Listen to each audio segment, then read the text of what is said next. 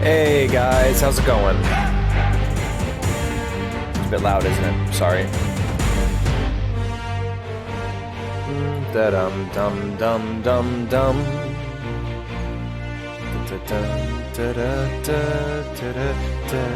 Now streaming what? Did I not write the title down properly? That's silly. Alright, well, it seems to be working now. Hi everyone, how's it going? I'm streaming more Star Wars Bounty Hunter today. We're gonna see if we can actually beat the Senate today, because last time we got stuck on the Senate and I died, ran out of lives and had to reset, which was somewhat of a bummer. However, I'm very excited to play more.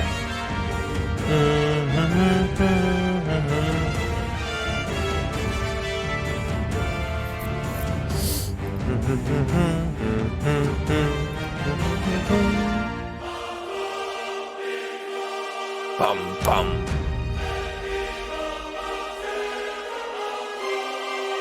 Bum bum.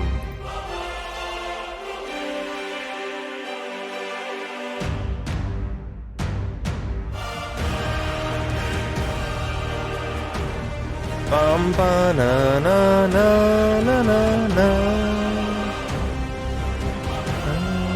Da da.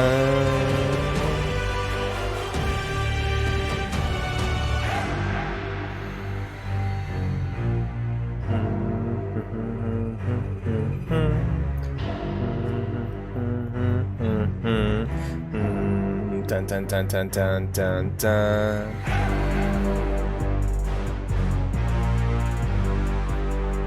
Bum bum bum bum bum. Bum bum bum bum bum bum bum bum bum bum bum bum bum.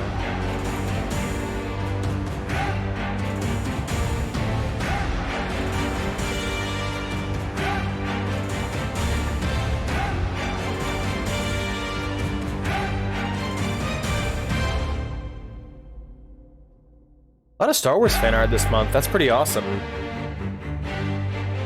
Like, I'm sure you guys have seen it in the slideshow already, but Nitrous made a fucking kick-ass picture of me as a Sith Lord hunting Bothans. Made me very happy. I really love it when I'm drawn in the clothes of the characters from whatever game I'm playing. It's really neat. Da-na-na.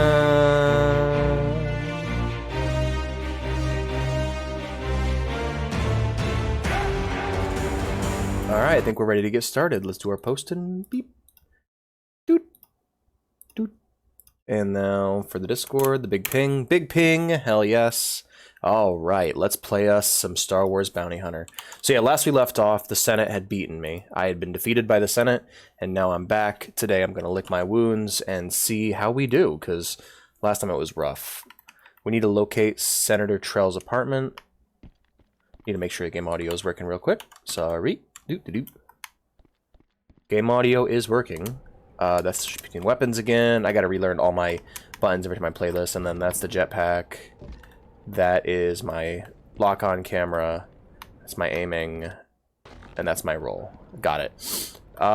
So yeah, last time we got stuck here because there was a shocking amount of verticality. There was a shocking amount of exploration to be done in the game.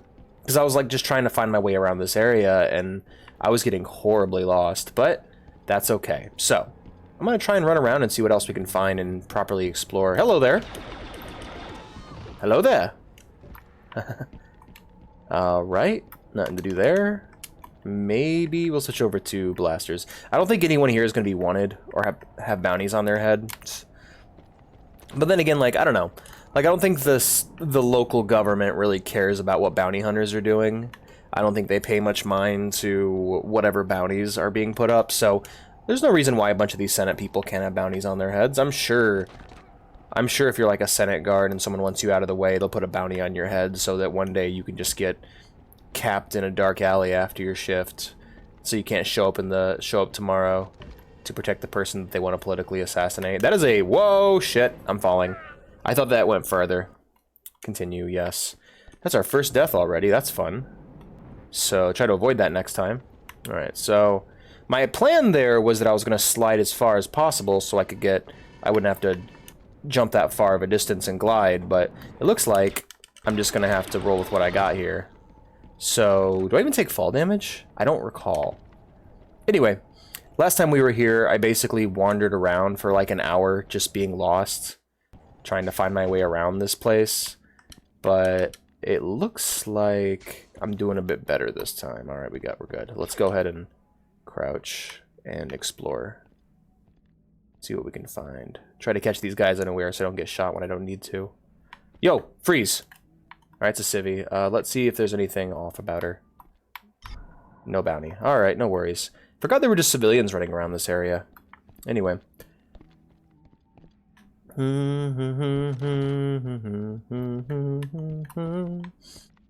I'm just basically rounding corners and hitting my lock-on button just to make sure if there are any enemies, I can just blast them real quick and get them out of the way. Bye, guy. Anyway, he's down. I like the evil red lighting in this council chamber. A lot of Star Wars architecture and just shit looks evil, even when they don't intend it to. Sorry. Especially a lot of the Clone Wars era Republic stuff is just because it would, like, certain ships and stuff would go on to develop into, like, Star Destroyers and such, like the Venator class cruisers. Because of that, they look evil, and the reason why they look evil is because they based them off of the Star Destroyers, ships that were made primarily to resemble aircraft carriers and to look fucking evil. All the Empire ships and architecture really do have that, like, brutalist dystopian look that I'm a really big fan of. It's no wonder why my favorite faction in 40k is the Imperium.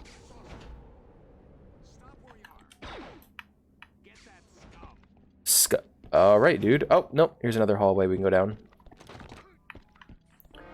I would love to see speedruns for this game. I bet you can get into some shenanigans with this jetpack. But get that bounty hunter? Okay. Well, I'm climbing. I'm climbing the stairs, so I'm not worried about you. Oh shit! Did you just melee me? Interesting. Regardless. Yep.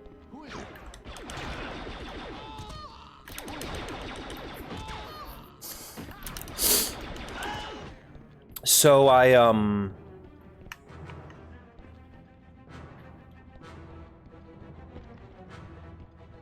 was I gonna say? Shit. Oh yeah, I finished Mandalorian Season 3. I'm probably gonna talk a bit about it here. There really isn't much to say about it because it feels less like Mandalorian seasons 1 and 2. Seasons 1 and 2 of The Mandalorian were like episodic and they felt like a TV show. Mandalorian Season 3 feels like a long movie. Which honestly I was okay with, and I also like how small of a part Din Djarin actually played in the story of the, like, he wasn't the driving force. He was there to shoot who he was told to shoot or who he needed to shoot at, and explore the areas that he felt he needed to explore, but, like, ultimately the person driving the plot in Season 3 was Bo-Katan, and I'm actually kind of happy to see that because, well, it was just her little story arc that was started in the Clone Wars and then continued in Rebels in this. It was nice to see that finally wrap up. Nice to see her redemption arc, you know?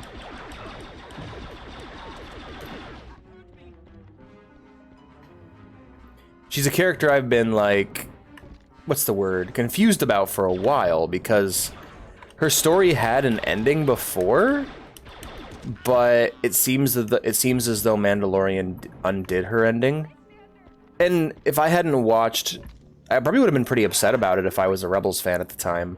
But I actually was kind of scared away from Rebels by a bunch of people who didn't know what they were talking about, shitting on it. Rebels is one of those shows that gets a bad rap because it existed because of its actual, like, subject matter or the quality of the show, but because of the context of how it existed. It was basically our replacement for the Clone Wars, and it is nothing like the Clone Wars at all. And its goals are not to continue the story of the Clone Wars, even though it does. Its primary goal is to tell its own story, which I think it tells wonderfully. That's kind of the funny thing about every new Star Wars series. Every new Star Wars series has two purposes, right? It's to tell its own good story, and it has two purposes: to tell its own good story and to continue the stories that were already told and unfinished by previous series. And how well it does this, pretty much, in my opinion, decides on how good of a Star Wars show it is. For example, Andor continues no stories, but it tells a really good story in and of itself. Obi-Wan Kenobi does neither for me. It's personally, I don't find the show enjoyable on its own merits. I mean, I don't find it miserable. It's alright. It's okay, aggressively okay. I'd rank it probably alongside Revenge of the Sith in terms of quality. Which, to be fair, a lot of people who were wanting that show wanted that, and I'm sure they were very happy. For me, in terms of Star Wars on-screen television, the peak is probably the Maul arc, the Maul and Asajj arcs from Clone Wars, and everything else is just kind of living up. Everything since then has been just trying to reach that level of quality, in my opinion. Andor's good shit, though. Mandalorian Season 1 and Mandalorian Season 2, really good shit. Book of Boba Fett actually causes the story to regress slightly, and I found it to be very disappointing. However, it's not the worst. It's watchable, and I think it's worth watching. It's just, in and of itself, if you're short on time, I know what cuts are being made. If you were to ask me, hey Alex, I want to get caught up on Star Wars, but I don't have that much time. Can you give me the greatest hits? Obi-Wan, Book of Boba Fett, Solo. Yeah, Obi-Wan, Book of Boba Fett, and Solo would not be on that list. Rogue One, I don't think is a great story on its own, but it continues the story of Andor and the story of Saw Gerrera from Clone Wars, so it's worth watching for that very reason. Solo, hey, your girl's here. Good to see you, Egg. How's it going? Or not an egg. I gotta think of something to call you. Oh shit, no. Aw, I died. How you doing, not an egg? Rolling. I'm gonna start, I gotta start quick saving. Close to Screams Mando and I'm here. Hell yeah. Oh, you follow my Tumblr, that's awesome. I was thinking about actually making a, which I've, watch me drop all, and I need to complete. I've actually was thinking about making a poll to ask where people, like, found me from. Because that's one of the things I'm curious about. I was like, hey, where are you from? Are you from Tumblr? Are you from the Twitter, Reddit? That kind of thing. But yeah, it's awesome. I'm really happy that you're from the Tumblr. It makes me feel like keeping it up, you know? I've been trying to upload more clips and stuff there, because you can actually schedule clips on Tumblr, which is nice. But yeah, I was just talking about, like, if someone were to ask me, what do I absolutely need to watch in terms of the Star Wars, what would I recommend them? And I was talking about what I would cut out completely. And for me, the cuts are Book of Boba Fett, or not, but you can't cut Book of Boba Fett. The cuts are Solo, Obi-Wan, and Book of Boba. Those are the three, actually. I feel like Solo and Obi-Wan are a no-brainer. Like, those are easily cuttable. And everything else, I think I'd mostly keep everything else in. Yeah, because you can't really cut Book of Boba Fett. It continues into Mandalorian Season 3. As much as I have problems with Book of Boba Fett, you can't cut it. There's too much going on there of value. It also, there are some, though it's almost every way it continues the main Star Wars storyline, it disappoints me. Like, how they handled Cad Bane, I thought was really disappointing. But besides that, you know, it's perfectly fine. And honestly, Star Wars has been perfectly willing to retcon disappointing deaths in the past, so I think Cad Bane survived that. I hope it gets continued. I hope they decide to tighten up some of the fight choreography and some of the storytelling. But yeah, I'm excited if there's a continuation. If you told me Book of Boba Fett Season 2 is coming out, I would watch that, absolutely. It'd be such a waste if Cad Bane died there. But, bum bum bum bum bum bum bum bum bum bum bum bum. Let's grab this collectible real quick. Zoop! Alright, let's try to go from the beginning. What would I actually cut? I can't cut Phantom Menace. Can't cut those episodes of Tales of the Jedi. You can probably cut Clone Wars Volume 1. No, you can't. It's too high quality. Yeah, that's the problem. The sequels are the easiest cut in the world. You can just clip those right off because they don't continue anything and they don't tell a great story on their own, so you're perfectly able to... Yes, my problem with the fight scenes isn't that they weren't cool enough, it's that they weren't believable. I really like a lot of the action scenes in The Bad Batch and Mandalorian personally, because they treat blasters like they're guns, and they don't just stand out in the open and get shot at like bad Star Wars fight choreography. Like Mandalorian, and if you like watch Mandalorian season 3, those people are head to toe in blaster-proof armor, and they're like ducking for cover. They're actually getting out of the way. Book of Boba Fett, there's extended scenes of characters just standing in the middle of an open street shooting at each other, and that like drives me nuts. And it's like, man, they just need to treat blasters like they're normal guns. I wish I knew how to quick save on this. I don't know how many lives I have left. Shit. Well, time for a leap of faith.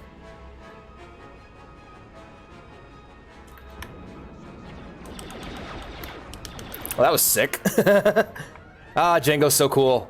I also noticed, and this is going to be kind of heartbreaking and might be game ruining, they fucked up his blaster sound.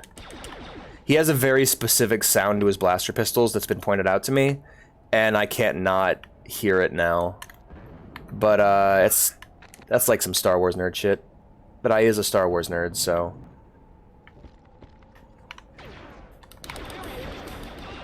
Yeah, whenever they take a hit, it looks like it hurts. Like, Mandalorian did wonders for the... Mandalorian and Bad Batch did wonders for, like, Star Wars fight choreography. Oh boy, MPTF Bot 130 just added me to their friends list.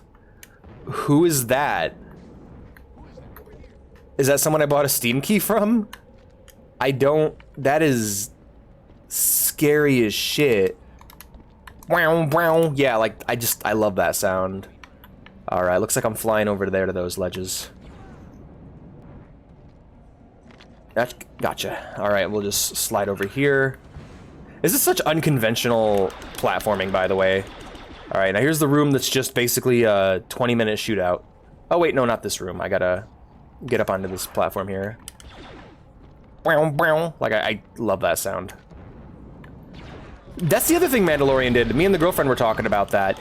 Like, the Mandalorian has done wonders for blaster sound effects. And it's something we noticed in Andor, too, is that every type of blaster now has a unique sound. And it isn't just that sound over and over again anymore. Which was a problem with, like, old Star Wars games, is that every blaster sounded the same for a while. Especially the Lego Star Wars games where you're just blasting non-stop. And those... Like, every blaster fucking sounded the same. We'll go ahead and grab this damage. Quad damage here.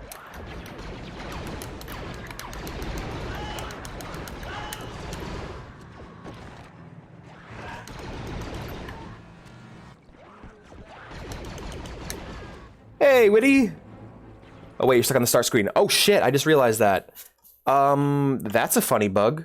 That needs to go away right now. I know why it did that. That won't happen again. I suspended the emulator, which caused it to... Yeah, it really does. Hi, Wolf. It's also good for, like, shooter design, you know? Like, if you want to make a multiplayer shooter, every weapon needs to have a unique sound. Alright, he's done, and we'll go ahead and glide over here, grab this health pack. I think this area just infinitely spawns enemies. So what we're going to do here is we're going to fly up and...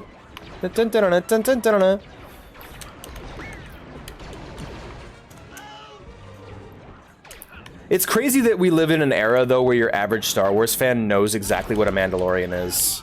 Not like a completely not a complete misunderstanding of it, like they know exactly what it is, they know the history, they know the culture. And I'm sad that it took a live-action show to get that, you know? I'm sad that people couldn't just suck it up and watch the really good animated shit, but I am happy that more people know about it now. I'm really happy that You know what's really a positive thought about the next generation? Is that our children are going to be people that understand that animation is not a genre, but a style of art. like it's a type of artwork. Like, that's really nice. Or it's a medium, not a genre. There we go. That's how Guillermo del Toro put it. You can tell any kind of story you want in animation. And it has nothing to do with age range or subject matter.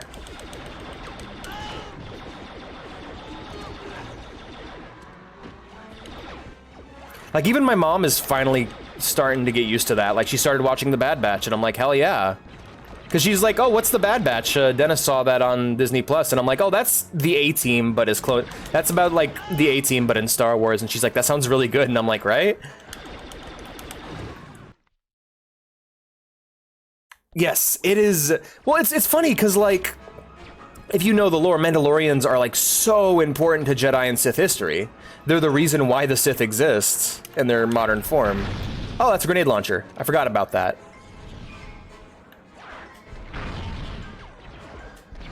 I need to get up and get out of here because this shit is fucked.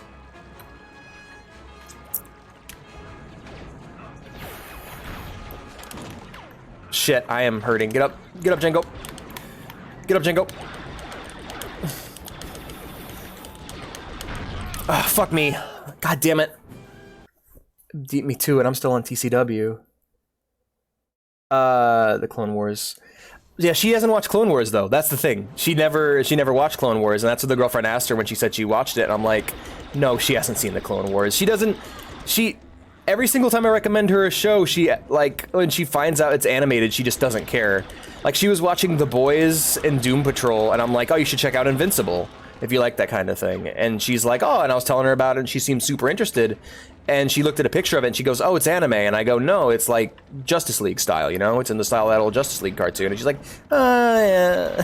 She just doesn't have an interest in animated stuff. And it's like, it's been difficult to get her to watch, like, good things that are animated. Yeah, well, the reason why the Sith, like, the Order of the Sith began in the first place was because of the Mandalorian Wars. Basically, ancient Mandalore, they had their own army and everything, and they weren't just bounty hunters, so they would just conquer worlds like Spartans, you know?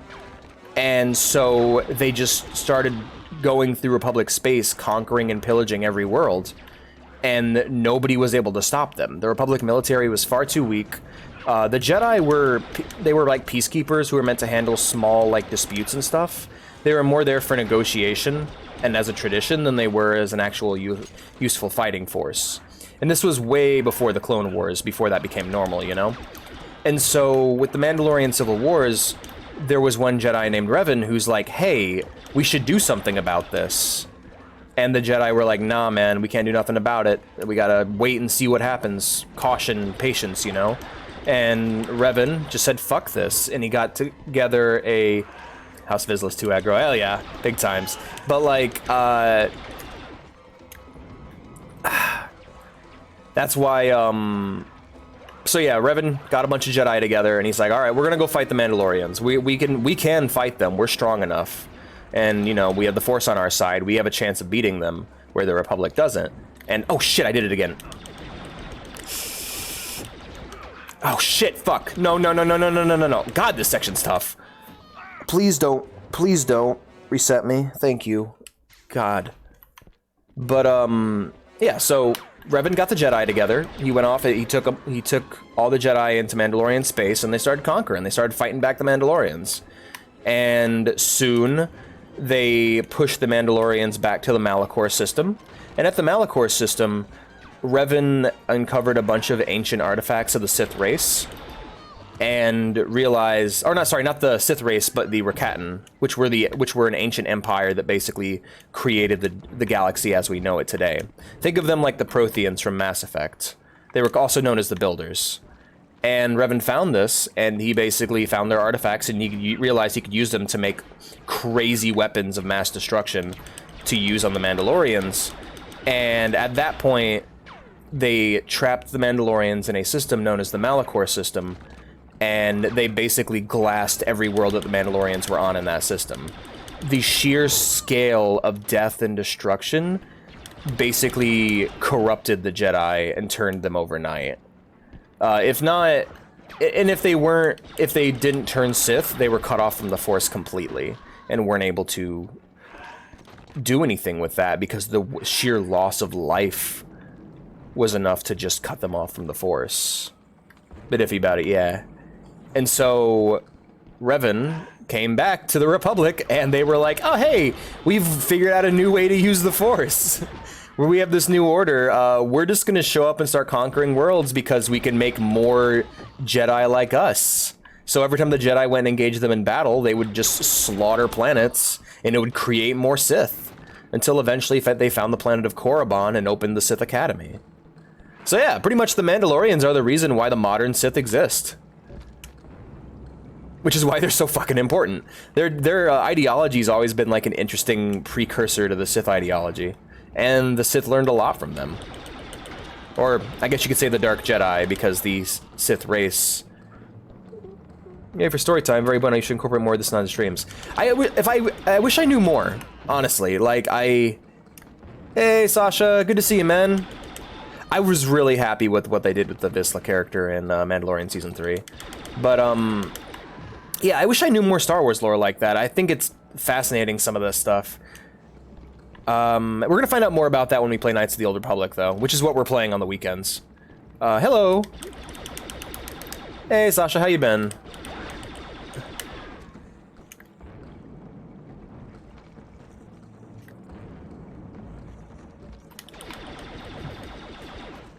Where am I heading? Alright, we're gonna jump here and go up here. Alright, we're over here now. Alright, we made it to the top floor. This is where I got stuck last time because I couldn't figure out what to do. Alright, let's try to move my camera a bit and see. There's like a balcony here. Where does this lead? I gotta think. Alright, up. No, there's like a bridge.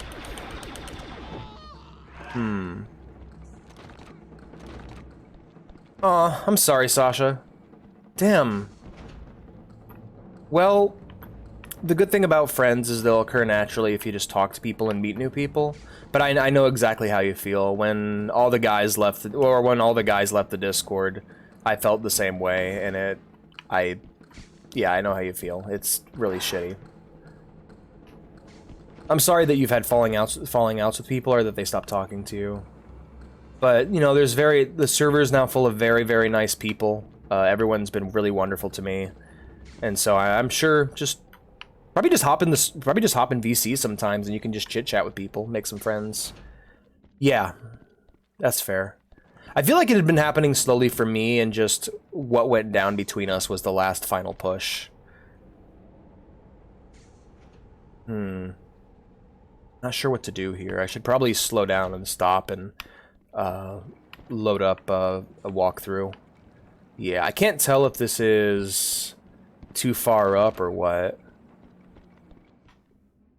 I'll check the floor below me.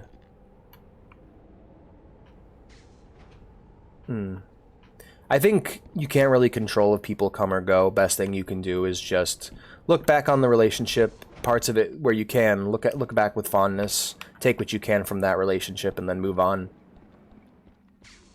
That's awesome, man. That's always good to have one of those. That's what my girlfriend's kind of become for me. I know it's weird to say that your girlfriend's your friend, but like, no, actually it's not weird. It's one of the least understood things about relationships. And if more people understood that, I'm sure they'd have happier relationships. Oh shit! No, no, no, no, no, no, no, no, no, no, no, no, no, no. God damn it. Please, please don't. Okay, I got one continue left. I can't fuck this up. Which means I need to make a quick save. System save state. There we go. No, no, no, no, no, no, no. Wait. Making sure that you guys can see this okay. To death. Ha ha ha. I feel ya. Game's still busted. Let me go ahead and reset the game capture. There we go. Gotta do that sometimes. No, no, no, no, no. That's one of our sound alerts now, Sasha. You can use points to say that if you want. But yeah, no, that's how it is for me. Like she's the only person who really, I guess, tried to understand me and my weird mental eccentricities. And I, I try to understand her and her weird mental eccentricities, and it really goes a long way when both people are willing to change for each other. And I think ultimately that's what it is. It's like, how willing are you to change for someone, and is that person willing to change for you? If you're finding yourself having to change over and over for someone who sits there in stone, that's not healthy, and neither is it the other way around. Hey, Door Bomber's playing Gary's mod, ratting him out every time he wants to play it. All right, so,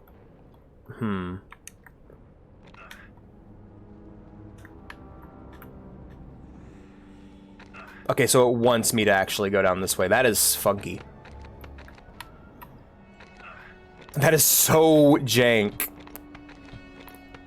Yeah, it's one of those things that will pass. People want friends, you know? You'll find people.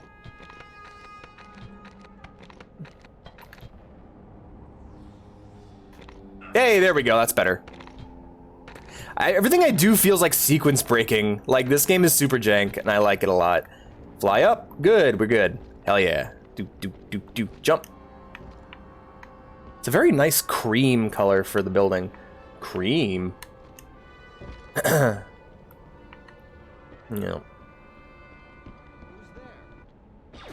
For my situation with the guys, those were people that I've been friends with for the last decade, so it was very tough to lose them, but I don't know. It made me change a lot, made me be a better person, made me think a lot more. Went a long way. Hey, feather.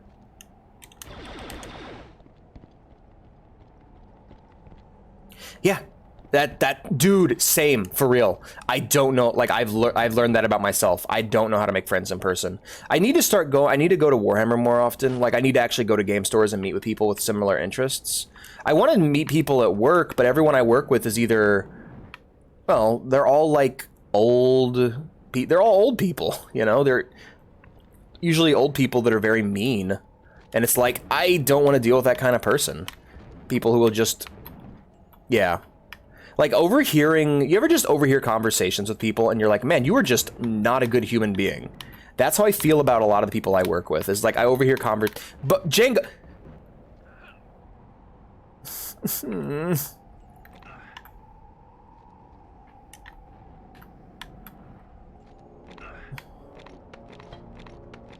Yeah, same. Airsoft wouldn't be a bad way to meet people either.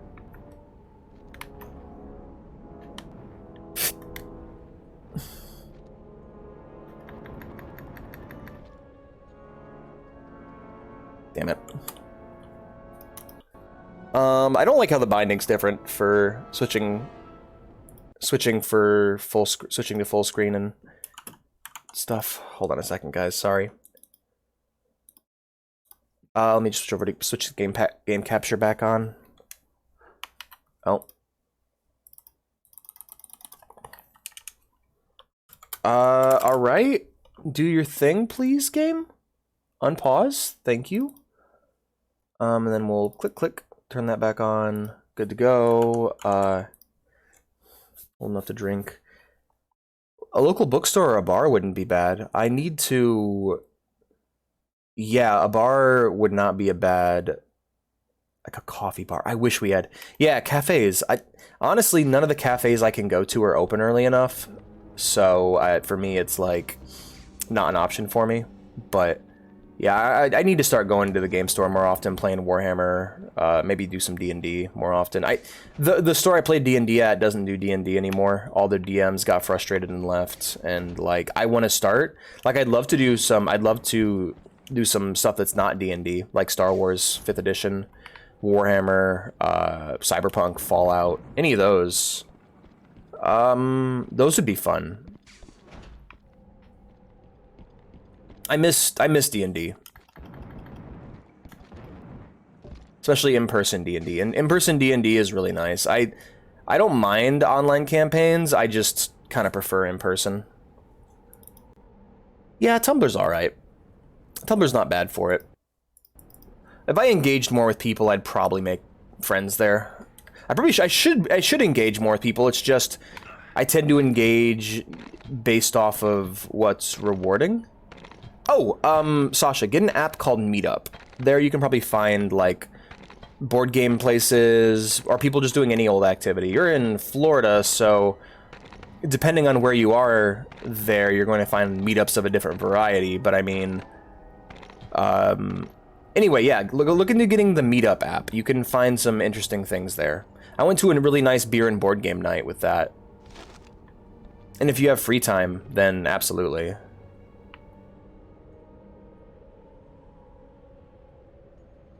Yeah. The Discord's not bad. There's new people coming and going all the time, so you're likely going to find people you like here. VR chat, as much as it may sound cringe, great way to meet new people. But if you're looking for real life friends, yeah, check out Meetup. I'm probably going to look into it myself now that I've mentioned it. Coordinates to be kidnapped. Not necessarily, but you know, like that's how I found several of my D&D groups. The biggest thing you can do is expand your interests and find interests that are social. Join a karate class. That's what I did as a kid.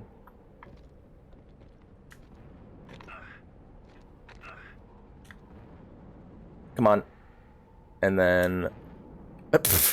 Good job, Booba Feet. Getting a hang of the fucking platforming in this is pretty funny. Look at that 2D background, though.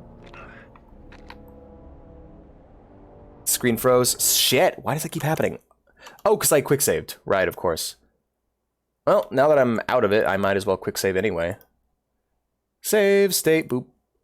And then... Blink Blanc.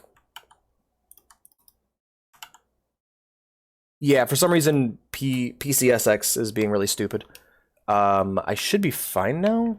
Oh, shit, no, there's no camera movement. I didn't... Ah, son of a bitch. Alright. Son of a the bitch. Is it still frozen? Yeah, every time I alt-tab, it causes shenanigans.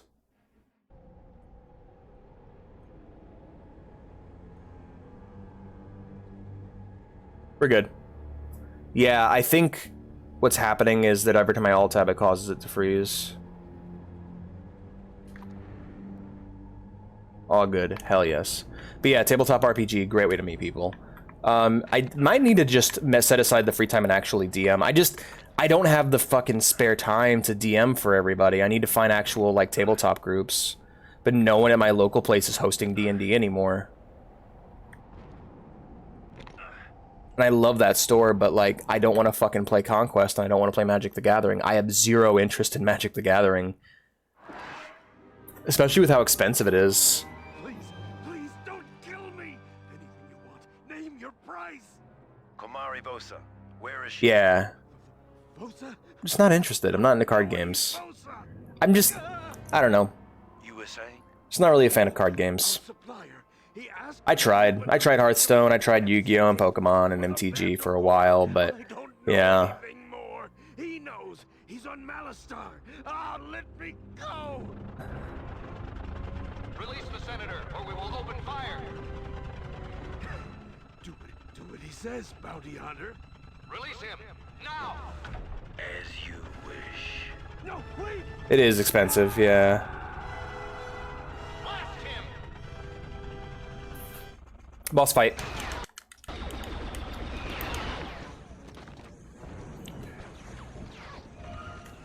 Alright, gotta get the stairs. Come on.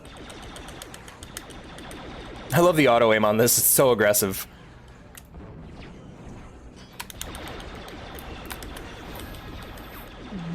Let's get the fuck out. Grenade launcher. I already have one of these. Switch over to here. And, okay, here it is. As you wish. My man said it.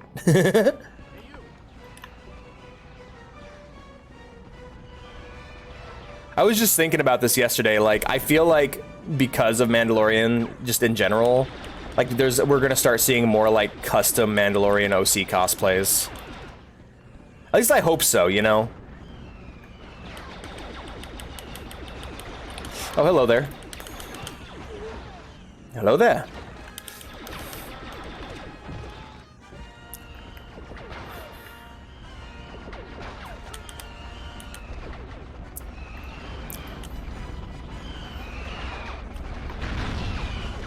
Oh, it's rapid fire? I didn't know that. Send me some shit, dude. Like, send some shit my way. And if you got your own stuff going on, like fan art and such, send it my way. Yeah, I want to see Mandalorian OCs. That's super fucking cool. Oh yeah, a bit of a thing about the Darksaber. The Darksaber originally was a symbol of unity between the Jedi and the Mandalorians. Basically, the one who wielded it was the first Mandalorian Jedi, and it was this, like, magical moment of like, hey, we're not fighting anymore, we're buddies. Our cultures are finally united. That's cool. I need to actually learn more about that character. Ah, shit, come on. Because they sound interesting.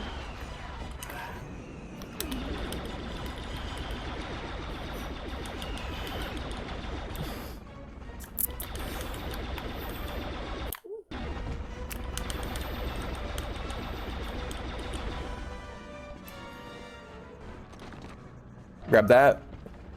I'm looking for more guns, I guess. The character... Are those Rebel Fleet helmets? I think so, yeah. I think a lot of the Rebel gear is old Republic gear that's been improved. Let me scroll up real quick and check your things. Several decks, kick ass. The character who wielded the Darksaber. The original, the Jedi Mandalorian who had the Darksaber.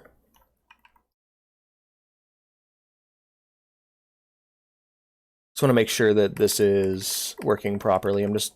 Yeah, okay, we're good. Oh, cool, grenade launcher. Perfect. Oh! Oh! I'm gonna need this to take care of the helicopter here.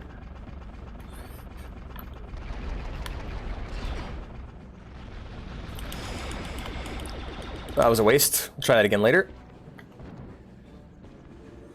What's cool is that where Jango is pointing his guns will tell me where enemies are, which is very helpful. Oh, I have the high ground now. A280 in Republic hands. Really? Huh. Okay. Not really familiar with what that is. I don't know what that is. But the big thing is that it's meant to remind you of the Rebel Alliance because they're the good guys. There's a lot of design reuse. Alright, I can't shoot there. Like, it's just not letting me. Ow. I forgot to take my jetpack. It's pretty embarrassing. Grab this here. And we'll go ahead and lock on.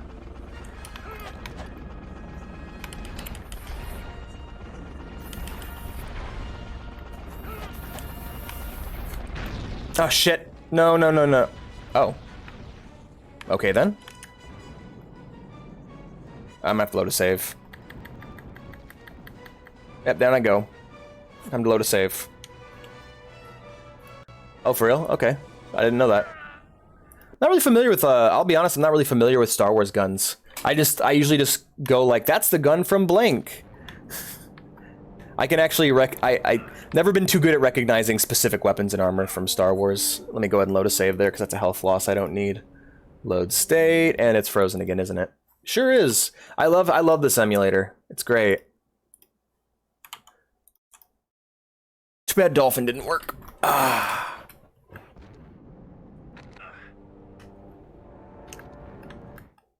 Yeah, because I don't really know any of the gun titles in Star Wars.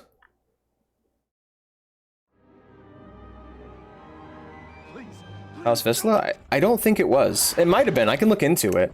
I just know that it specifically belonged to a Mandalorian Jedi. As for the name of the character or who they were as a person, I have no idea. Alright, I think if I go upstairs, there's gonna be a grenade launcher ready for me already, so...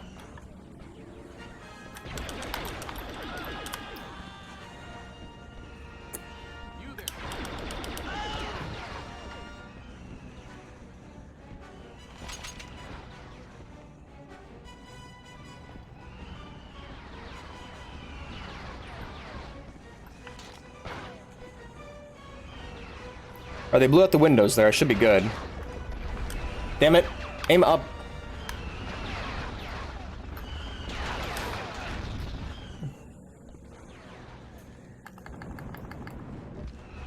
Oh, might be. I'll have to look into it. Hold on, let me get to a spot where I can breathe for a second. I'll take a look.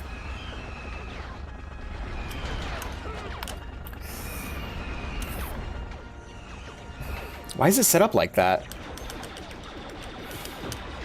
I'm gonna blow this gun off.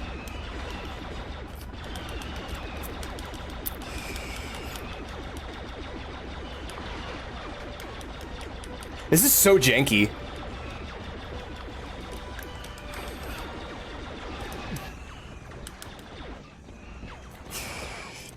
Grab the heal, grab that, and that's done.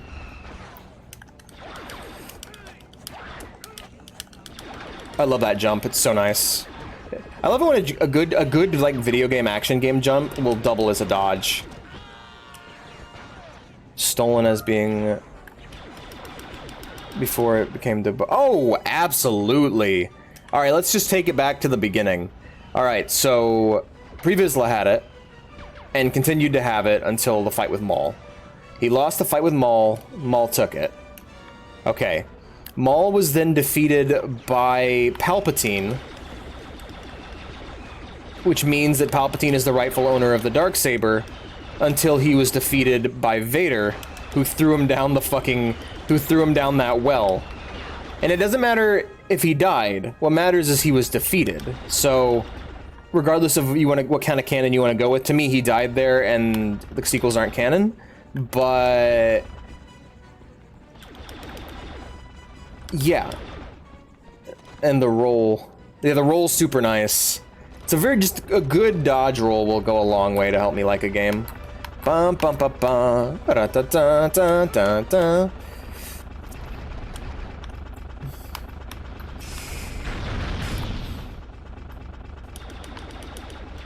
I did like no damage. How do I kill this thing? Alright, yeah, the blaster's not doing anything.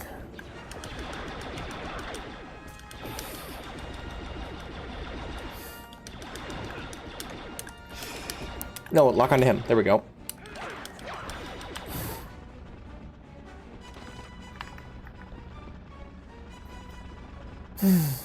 Oh, yeah, I don't really know about it before Pre-Vizsla, so I need to actually look into the history of it. But it's funny how, I think the irony is that a connecting theme you'll see throughout Star Wars is that the natural state of the galaxy is unity. The natural state of things is for people to love and live together. That's the basic, like, thesis statement of the entire Star Wars universe. And basically, the Sith and the Jedi, or the Sith and the Empire corrupt that by trying to enforce an ideology that puts the individual first and puts power first. So, and that's the reason why the Jedi fall, is they don't acknowledge the power of love, which is what Luke brings forth, recontextualizing and actually achieving real peace and unity in the galaxy.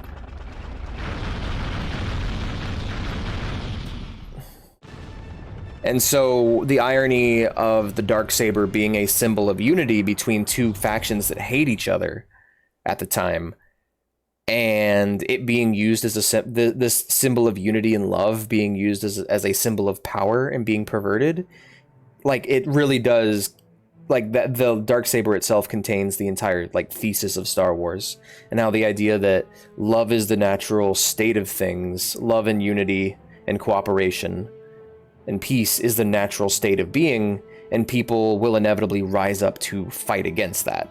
People will rise up to corrupt that and twist it. In this case being the Mandalorians. They, depending on, and what I like about the Mandalorians is the problem with the Sith and the Jedi, from a storytelling perspective, it's not really a problem. Yeah, it's two polars of the same bar. A senator. Oh, you'll have a price on your own head soon. I doubt he'll be missed. The guy was as dirty as they come. So what do you know about this Sebulto? Sebulto's a dug kid. I'll talk more about it here in a second. Figure in Malastyr's underworld. If he's working with a Bando Gora, he's kept a low profile. I like her hat. You have a senator in your pocket. So now what? Knock on his door and ask him to give up Fosa? Once he hears his partners are dead, he'll be wary of uninvited guests. I'll use a more subtle approach. Well, I shouldn't mention this, but if you want an invitation, I did come across a Sassy Roz. self-posted. Thanks for the hydrate, Sasha. Currently serving time on Uvo 4, the asteroid prison. Reward is 50,000. Came looking for booty. Bolter, a gift, not a bad idea. I came looking for bounties. 50-some. But Django, we are talking about a maximum security prison. Nobody in his right mind would try to break someone out of there. It's just another job, Ross. Breaking in so we can break out. Sign of Montrose? I checked around. Heard he's in the Gazari system. A lucky break. That's nowhere near Malistaire. Gruff Hog must have lied to him. He was probably more afraid of the Bandogora than he was of Montrose. Django, dear, you work too hard. Give up this crazy hunt. You got money. Why don't you meet a nice girl, settle down, have a kid? You won't live forever, you know. Not in this business. Not in this lifetime, Ross. I like the idea that his goal, like I don't know if this is true, but I feel like the goal, like Django's whole goal was just to settle down and start a family, and the fucking Jedi ruined that for him. Specifically Mace Windu. A problem. Our contacts on Coruscant are dead. A temporary inconvenience. You're fucking terrifying. Smugglers and corrupt politicians are easily replaced. Our spies believe bounty hunters were responsible. It is of little concern. The location of this moon remains unknown to all but one of our underworld contacts. Nevertheless, we cannot allow any further disruptions.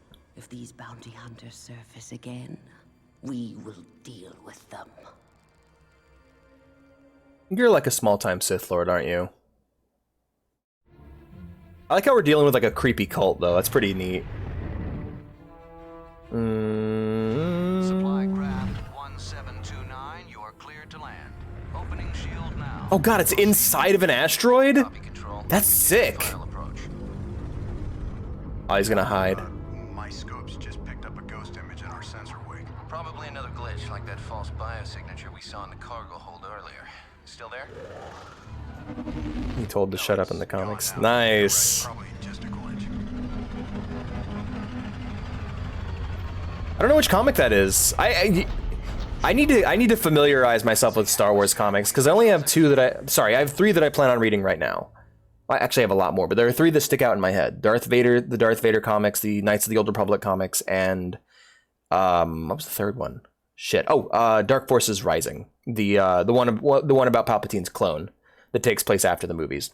Name for the asteroid in which it was built: Uvo 4 is the Republic Correctional Authority's most feared maximum security prison, housing the galaxy's worst criminals. Its inmates are allowed no entertainment apart from the occasional pod race. Their time is spent in lockdown or in the labor mines. A massive energy shield provides the prison with a pressurized, breathable atmosphere, as well as protection from asteroid bombardment. Okay, for real though, I don't know if this is real. Like, I don't know if this one's going to be worse.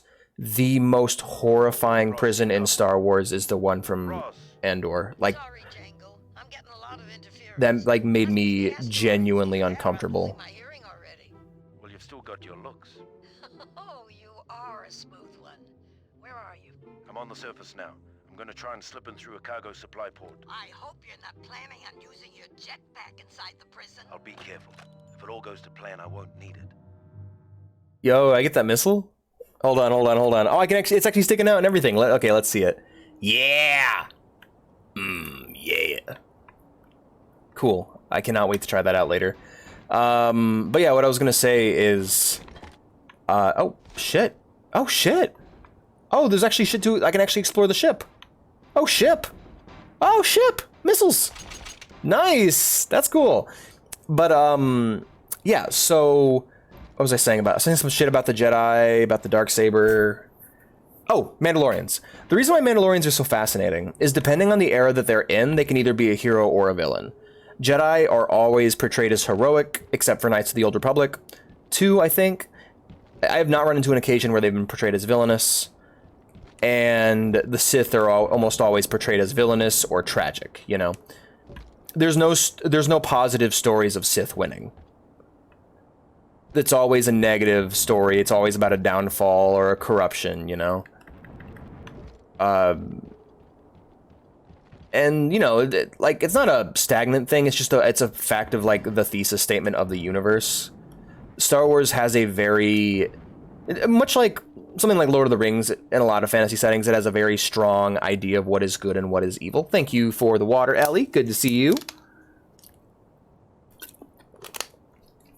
And the cool thing about Mandalorians and about a lot of bounty hunter characters and about a lot of non-Force aligned storytelling in Star Wars is they ride the line. Andor is one of the coolest Star Wars stories because of how morally ambiguous it seems. Water is important, indeed. What do we got over here? Let's take a look.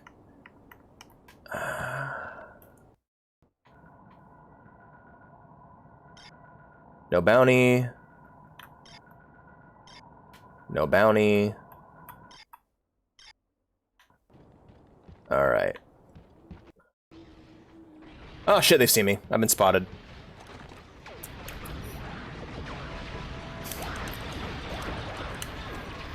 Are these Hondo's race? Oh my god, I'm dying. Oh shit, that was brutal. Alright, well, I want that health.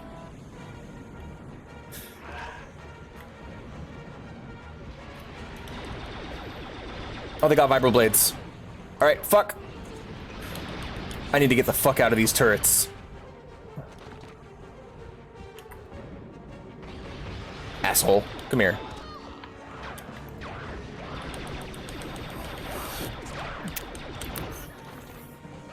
Give me this. There we go. Star Wars Jango Fett open season 3. Alright, are those comics good? I have to give them a read if so. I'm actually really excited to read the Old Republic comics, or the Knights of the Old Republic comics, because those came out before the games and they did some things differently that I want to see. Alright, now that I've gunned them down like the dogs they are.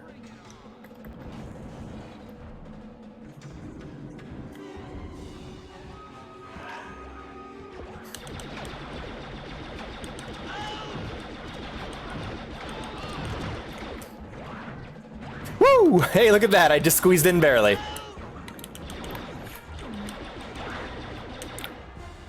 Well, that was action-packed. Zoop, zoop, zoop. Do I hate dogs? No. Because, yes, everything is Jango. Jango is yes, my dude. Fair enough. Fair enough. Do I hate dogs? No, no, no. No, I'm all right with dogs. The main reason I hate Bothans is that in Star Wars Dark Forces, in the Thrawn trilogy, the most despicable character in that entire storyline is a Bothan politician. And I think it's just really funny to be racist against a fictional race. Real racism is rarely funny, but hey guys, how's it going? Oh, I mean, no, sorry, real racism's never funny, but like, fictional racism can be funny, and fictional racism against a fictional race that doesn't actually exist is hilarious. So, in my opinion.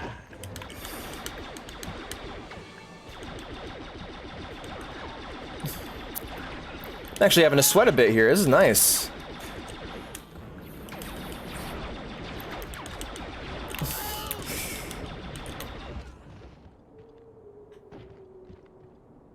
Just love the quiet wind after I gun down all these people. But yeah, the fact that they run the prison in Andor like a factory, and like some of the shit that they say in that, like basically the way that they're running the entire factory is that every team has to compete against each other, while every member of every team has to compete against each other in terms of how fast they can build parts for a starship. And every floor who has a floor boss has to compete against other floors in the prison. And it's like, I've been in workplaces that have that mentality. And it is some of the most toxic places I've ever worked. And the fact that that's being put in this dystopian setting is really, really interesting and fucked. Like, I love it when dystopian literature shines a light on what's actually going, or dystopian fiction shines a light on what's actually going in our own world. Because, like, that part was horrific for me, because I've been in that environment. I've had to deal with someone yelling at me to perform better or I'm going to lose my job. And it is like, it's an existential nightmare. And it's just interesting seeing how like things we have in our own world are in the same environment, and they're not even twisted that much. Hey, Blue Wolf. Hi. Have a good sleep. Thanks for the water, Witty. I'll drink it here in a second.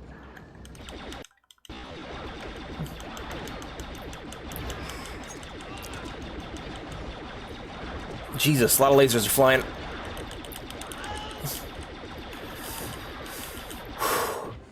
Alright, grab heals. But yeah, the factory, the prison sequence in Andor, the prison episodes, like, made me genuinely uncomfortable in a very good way. And that's probably the reason why I recommend them. It's just good dystopian fiction. Even if you know nothing about Star Wars, it's a great watch. And it still is a Star Wars show in the end. It nails the heart of what it's about. It's just, I'm happy to actually have a reason to hate the Empire. Because like before, it was just woo the Empire. They're the guys who run the Death Star and blow up worlds, and they're the guys in white armor who shoot at you. And it's like, all right, well, I've never had my world exploded or endangered like that, so I don't know what that's like. And I've never been shot at before, or forcibly arrested and dragged from my home. So like, that's not an experience I can relate to. But being told to work harder in a factory, or else I will have food taken away from me, and food taken out of my girlfriend's and my mouth, like, that is nightmarish, and that is a genuine fear I have. I have actually been fired, and I know what it's like to, like, go hungry in order to try and basically keep your home. So, yeah, it's, I guess what I'm saying is, in very few words, without being preachy, Star Wars made me realize that suffering under the twisted, fucked up version of capitalism we have in the real world in America is somewhat similar to suffering under the Empire. It made me genuinely compare the two in my brain. Emergency fund is so important. Yes, and I would love to be privileged enough to have an emergency fund one day. I had one once. I spent it because I lost my job and my house burnt down. At least $1,000. Oh, $1,000 ain't gonna get you far. I had one of about 2,100 put away, and that was enough to get me to where I am now and kind of get my life back in order. Thank Christ. And that still required me to beg.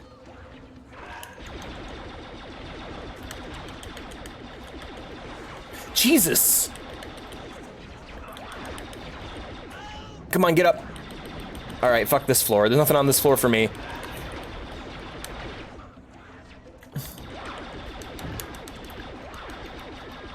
Oh no, they say the system is bad. I don't know. I've lived it now. There's a very big difference between Alex of 2016, who decided to get political, and Alex of now, who knows what it's like to suffer in our current system. It's like, oof. Spend that money on an education. Yeah, good luck, buddy. There's a reason why I'm not in college.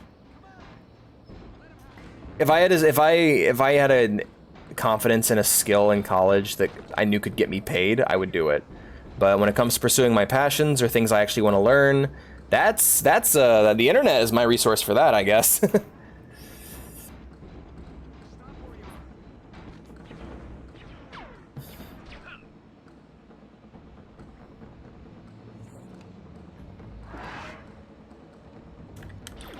When I was a kid, I was rebellious because my parents were mean to me, and so were my teachers.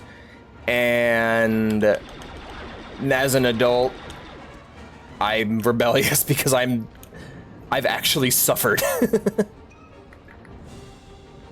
That's pretty cool. That's something. Military work or government work could get you paid good.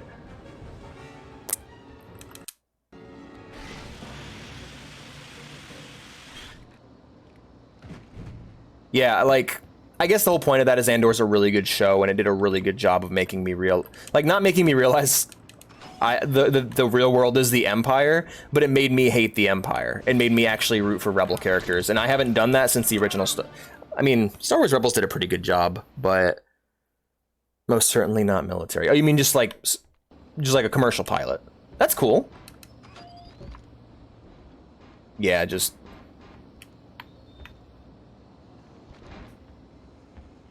Man, I found out yesterday that my insurance does not cover my therapy. So I'm just like, oh, okay, cool. So no more therapy, no more mental health care, which is wonderful. I'm really hoping it's a clerical error on their end. I don't know for certain, to be fair, but like, if it is that, that's gonna suck. Fleet rebels look cool, and I like insurrection. I like insurgencies and insurrections. Yeah, man, it's pretty cool. The imagery is rad. I just, for a while, when it comes to surface level coolness, I feel like the Empire has them beat. Like, you look at the Empire and you're like, man, they're cool, right? But like, I don't know, it's been a while since I've had Rebel characters to root for in live-action Star Wars. Like, Rogue One was okay. I was so irritated with the Resistance and how that military was run in the sequels that for a while they kind of had a splashing effect that made the Rebel Alliance lame to me. And Rebels didn't help with that, where they portray the Rebel Alliance as being cold and uncaring towards the plight of ordinary people. And like, just the way Andor handled it was so good. There we go. Yeah, right? And that's what's cool about Andor, is they act like actual rebels, which is the coolest part. And one of my favorite things about Andor is the reinforcement of like that thesis statement I was saying earlier, the idea that the natural state of things is unity and peace and happiness and love and joy, and how people will rise up to fuck with that. The idea, like, the Empire is something that has to constantly be working on. They constantly have to spend resources. They constantly have to waste resources to keep people in order because people want freedom naturally. And so the idea of that, which I love, is that a Rebel Alliance is inevitable, which is super fucking sick. Yeah. Yeah, the idea is that, and it's something they explore through Rebels, and it's the idea that the Rebel Alliance is an alliance because it's a bunch of small cells of insurrectionists that are what you described, all working together. And that was something really cool, is that you get to see the difference between those rebel cells and Rebels and in Andor. You can see the difference between like how Saw Gerrera operates, how Mon Mothma operates, how Andor operates, and how they all do things differently, yet they all want the same thing. Super cool story. And how it's handled. Sorry if I got a bit too deep with that political talk there. I wasn't trying to get political. It's more just me realizing the things that are synonymous between my own country and with the Empire. The only difference between the main difference is that it's not as intense in our real world. People can't just get, well, remind Hauntology and the end of history. What's Hauntology? But I didn't want to upset anybody, and I'm not trying to push a political agenda or message. Personally, I can only talk about my own experiences, and that reminded me of it.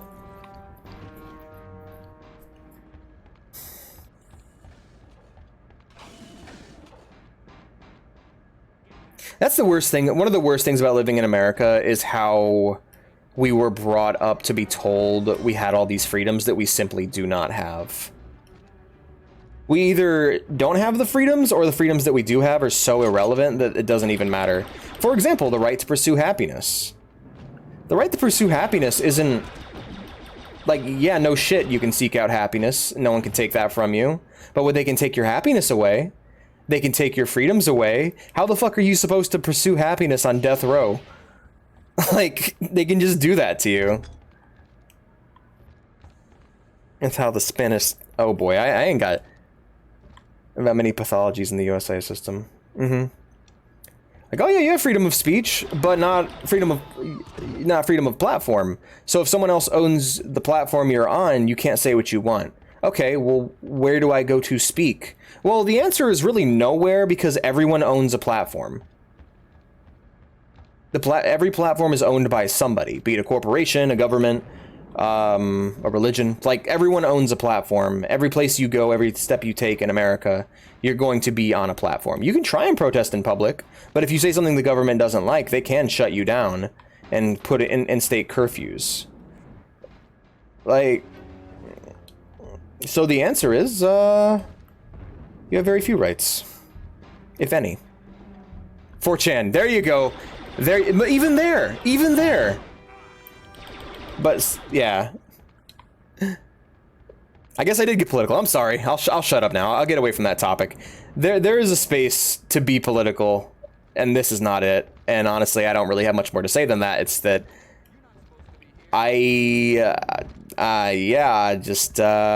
Star Wars is great. It's really cool, and Jango Fett's rad, and it sucks that he didn't get to be a dad for very long.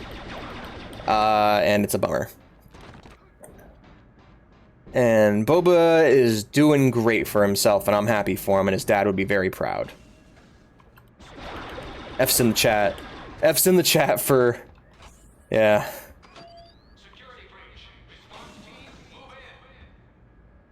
Oh, cool. Enemies. Oh, porous is he, who lives in a pineapple under the sea. Oh, yeah! Alright, hold on.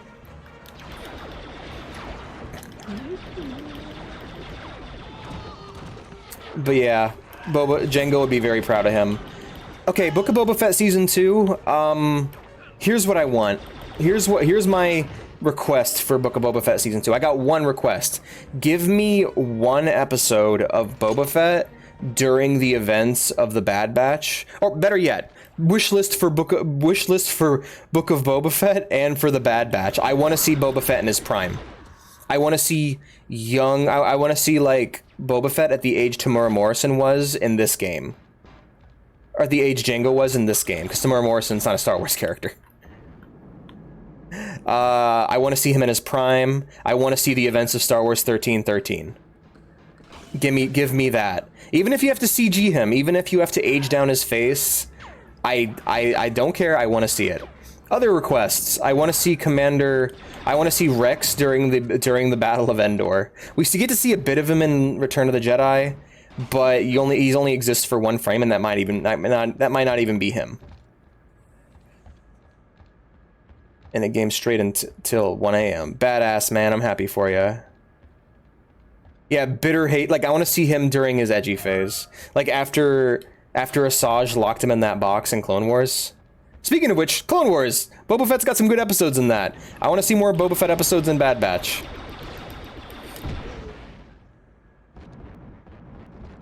Testing, of course. Nice. Well, I'm happy to hear it went well for you, man. I had a PSU crap out on me a couple years back. TPP. Yeah, it's great.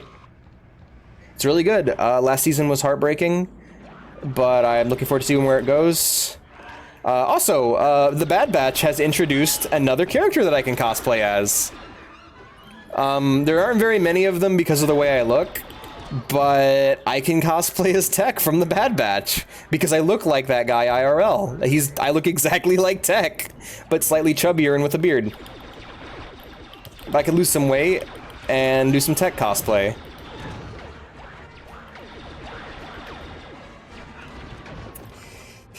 Plo Koon's great. Plo Koon is great. His voice is wonderful. What's this? It's a grenade. It's a grenade which I rarely use because blasters just get the job done. Let's use some grenades. I haven't used grenades.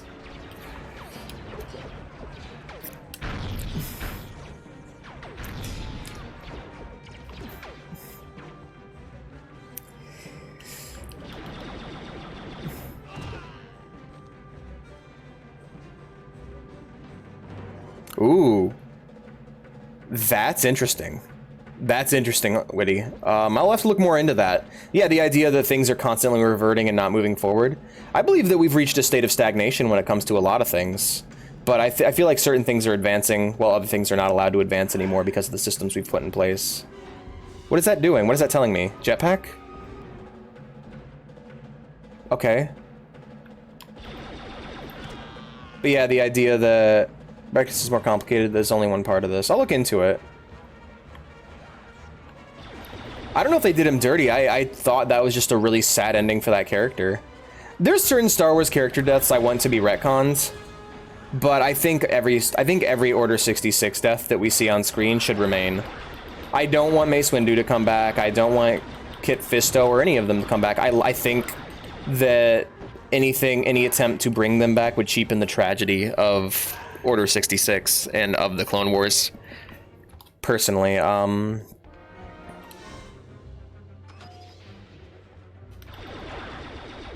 I also love how we keep going back to see Order 66 from different perspectives. The most traumatic event in all of Star Wars, and we gotta keep watching it over and over again. He fell out of a window. He fell out of a Mace Windu.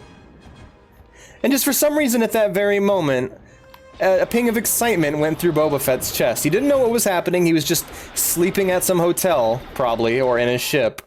But he was happy for a moment. He just felt this little ping of joy, and he didn't know why. Little pang of joy. Maybe it was the Force talking to him. Yeah. Oh, yeah. But the tragedy, absolutely. Yeah, the heartbreak. Like, oh, it's so sad. The clones didn't... And like, what you're gonna find out from the Clone Wars is it wasn't their fault. And that's one of my favorite retcons, personally, the idea of the inhibitor chip. You'll find more about that, but if you hear people saying, like, good soldiers follow orders, that's what they're referring to. Bitter baby melon. Poor Boba. Poor baby melon, yeah.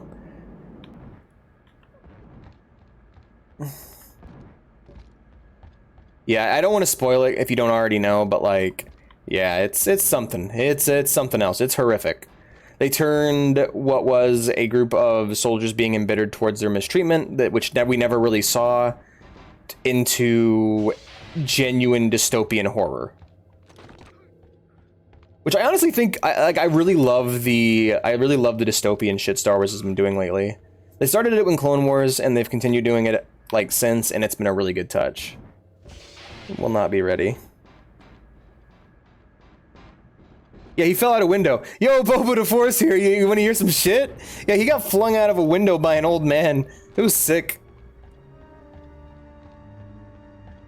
Aw, thank you. I have a great time doing these. Speaking of input, let's hope I can open this door. Hey, there we go.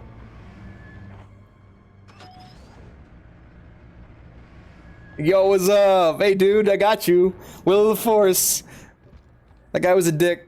He had it coming. He abused his power as a Jedi. That's the other thing I kind of want to talk about is the reason why I'm so anti-sequels is Luke's role in that is nonsense. First off, there's the thing about him being forgiving, but specifically the thing that makes Luke unique as a Jedi is that he utilizes love, something that is forbidden of the Jedi. His love and his attachments make him stronger, and it's something that other Jedi have flirted with before, like what's his name? Sorry, Kanan Jarrus from Rebels. Anakin, of course, goes badly for him. Yeah, looking for booty. Stranger, going down. I'm looking for someone. Bendix first. I'm gonna quiet down for a second. You come here to spring him out. Something like that. Hey, don't make no difference to me. Bendix first. He'd be on cell block level 1. I'm going down to the mines. Cell blocks are on the way. Come on. I like this guy. He's chill. They call me Smoothie. Keep this to yourself, old time? Oh, don't worry. I got no love for this place, no siree. They'd work me to death in the mines if I could work. I can't on account of my age. I let them think my hearing's gone, but I hear everything. Hear much about the Bandogora? Bandogora? Are you crazy? Just talking about them out loud get you killed. You believe that? Couple of years back, inmate, smuggler from Baltazar. I like Smoothie. I like Smoothie. About how he been rescued from Bandogora by this beautiful Jedi girl. The Bandogora retreat, but take her and 2 other Jedi with him. Steal the smuggler's ship to escape. Well, his ship's still full of spice, you see, and he's got to get it back. So he hires a bounty hunter to track it down. Sometime later, this bounty hunter come back scared stiff. Say he found a ship on some very... Aw, thanks for the pets, Witty. I'll get that set up here in a second. Say he seen this same Jedi girl lop the heads off them 2 prisoners in some bizarre ritual. It's like she been turned into one of them. Kumari Vosa. Rosa, that's right. This bounty hunter, did he mention the name of the system? Nope. See, there's nobody finding. No, that's why I'm trying to be quiet. Living among the dead. I thought this smuggler... Hey, Nitrous, good to see you. Their guards found Thanks for the water. Well, a piece of him in his cell 2 days later. Same. I hate it. Here we are. I gotta get a move on. Good luck, stranger. What a bro. What a conversation, and what a fucking exposition dump. I love that. But like, yeah, so fucking dark Jedi cult leader. Holy shit, that's really neat as a villain idea. So she fucking sprung 3 prisoners out of here just to decapitate them? Heresy. Heresy. Heresy grows from idleness. Like, fucking sick, man. What a cool game. What a cool game. But yeah, Luke. So what made Luke unique is that, one, he had no knowledge of any of the old Jedi lore.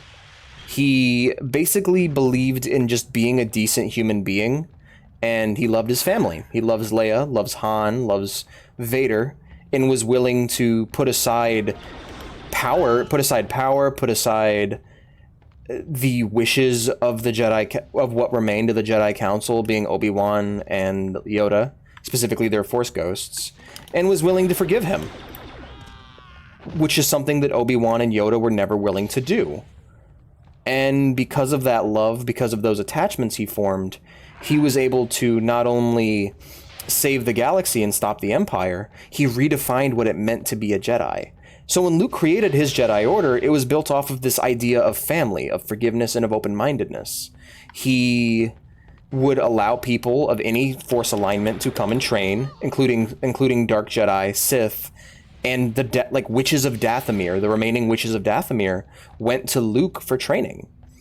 And the way he structured it was not like a temple. He would basically teach people and share what he learned about the Force with them. Like, his wife, Mara Jade, was a Sith assassin. Luke Toretto. I don't know who that is. But yeah, Luke Skywalker basically took his own personal Jedi philosophy and shared it with the galaxy, creating the new Jedi Order. And yeah, there were new Sith Lords that sprung up, but it never got as bad as Palpatine again because of how Luke had basically redefined the Jedi faith. Bar Jinx. That's fun. I like that. It's Jar Jar's evil brother. But yeah, and so when they made the sequels, they took that away from us. All of that, everything I just said, was taken, and that's why I can't ever accept them as canon. That's why I can't accept them, is because they stomped all over the true ending of Star Wars. And sure, we had people fall to the dark side after that, but they were able to be brought back by Luke and by his followers. By Jaina and Ben Solo, by Kyle Katarn,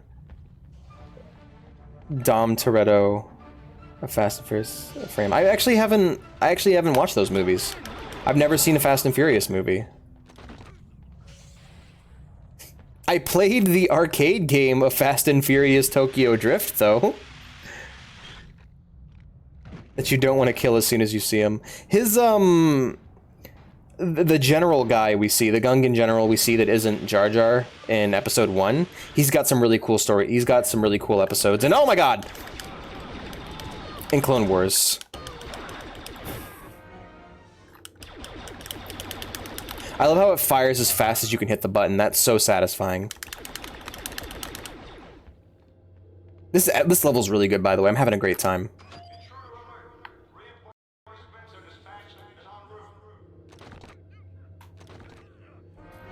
Pretty much interested in all the info you need about the franchise, to be honest. A lot of these guys, huh? I like their armor. It reminds me of the, like, bomb defusal armor that Call of Duty uses as the Juggernaut armor. In reality, that's for defusing bombs. But the way that's kind of what their armor reminds me of. I don't know what the armor's actually called. Some of you military nerds in the chat probably know. Jedi and Night Sisters work together and have a similar value. Right? Okay, don't tell me anything about Jedi Fallen Order. I'm playing that on my own. Me and the girlfriend are going through that together. I'm so excited to see where that game goes. It's so fucking cool. I have not actually played, I actually haven't played Jedi Survivor yet, but I'm gonna have to pick that up. But yeah, the Night Sisters, the Witches of Dathomir, actually go to Luke and become part of his new Jedi Order, and it's really nice. Fucking crazy bitch rides in on a Rancor, man. It's so cool. Ah, man. Legends lore is so impressive, and I think I like what they're doing with Mandalorian. I like how much of the Legends lore they're trying to include. I think we need to work towards retconning the sequels completely. I think that should be the goal, is to either remake them or retcon them completely. But yeah, Luke's original ending in Star Wars is really awesome. How he has kids and a wife and a family, and yeah. Some weirds, but overall nice game. Fair enough. You know what, that pretty much sums up my feelings on Jedi Fallen Order as well. I think it's really weird how they handle the Force. I think they're trying, parts of it are trying way too hard to be like Dark Souls, and don't make a lot of sense, you know? But aside from that, I don't like the way that it handles the Force, personally. I think it's pretty non-canon, but personally, otherwise, it's really good. An EOD suit. Thank you. Yeah, I figured that when you said it. Hello. Hello, sir. Can you... Alright, well, I guess I gotta get in a different way. This reminds me of the prison level at the beginning of Splinter Cell, Double Agent.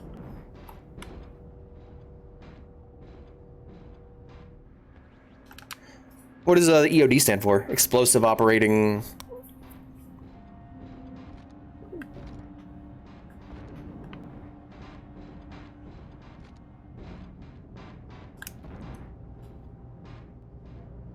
These all lead to cells, don't they? Yep, I'm gonna have to pick a different one.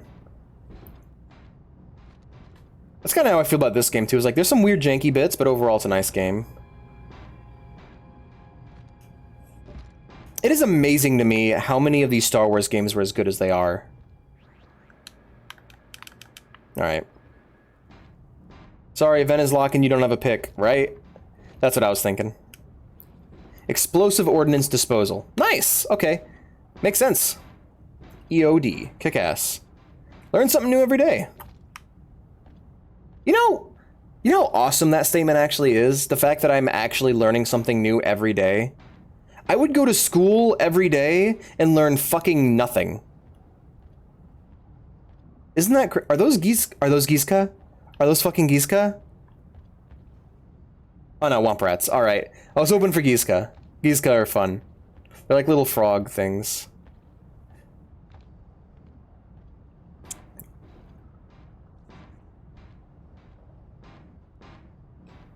Wow.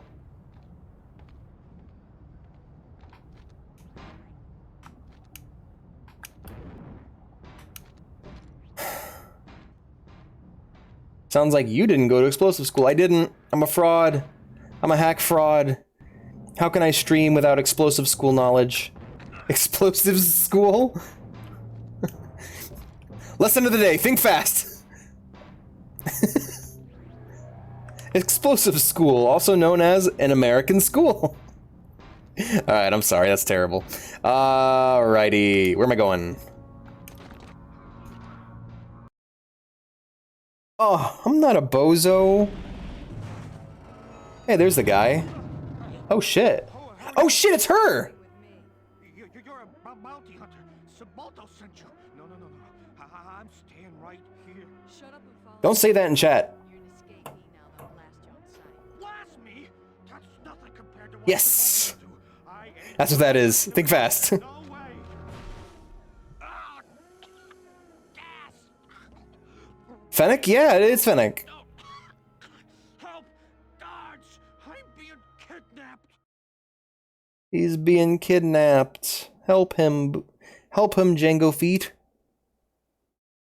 I'm sorry for calling him Django Feet.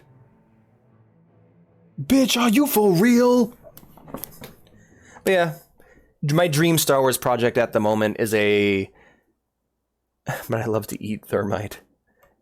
Yummy, I'm so... Uvu 4's lower levels contain the most feared convicts. Special riot guards are deployed in force to quell any attempted uprising. No revolt has ever succeeded, and with a handful of notable exceptions, all of whom were either killed or returned, no prisoner has ever escaped. But yeah, my current dream Star Wars project, I talked about it yesterday when we were playing Battlefront, is I want a remake of the sequels as a show using all the same actors. I thought you were going to slip in and out of there. Look at the T-posing! Look at the prisoners, they're T-posing! Started a riot to cover her escape. Her escape? Oh, you're joking. Beaten at your own game by a woman. Ah, that's priceless. What now? Be ashamed to kill her. Sounds like she's perfect for you. I don't want to risk killing Bendix and wasting my trip. Besides, she might be useful. Careful, Django. Trust no one. Isn't that your motto? Look at the T-posing prisoners. Oh my gosh, that's funny. But, they'll add the trilogy to Visions on April 1st. Yeah, they will.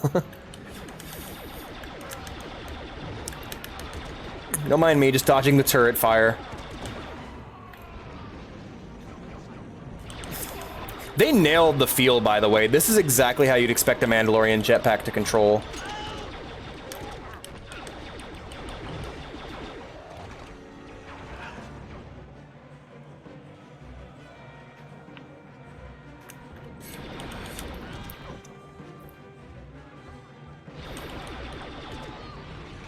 I gotta get in there, take care of that.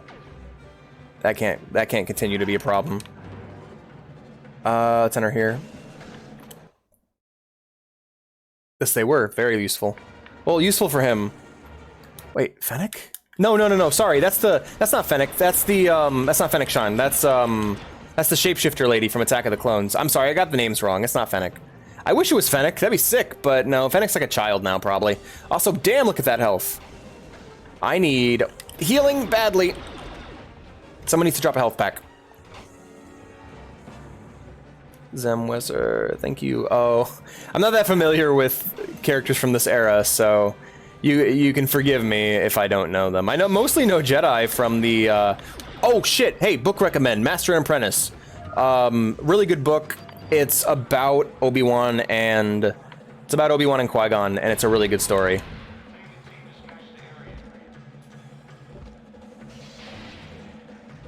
Angzo, my man, yeah, man. She's the assassin who hired the robot to hire the bugs to kill Padme. Also, my controller just died. Let's just pause real quick so I can switch out the batteries. Bum bum bum bum bum. Qui-Gon, actual saint. Yeah, actual saint / master negotiator / really smart Jedi, who kinda was aware. He wasn't like, he didn't think the rules were garbage. He just knew that you sometimes had to break them. Actually, a lot of the Jedi were very aware of that. But we only saw ones that were not in the prequel trilogy, so yeah, kind of a bummer.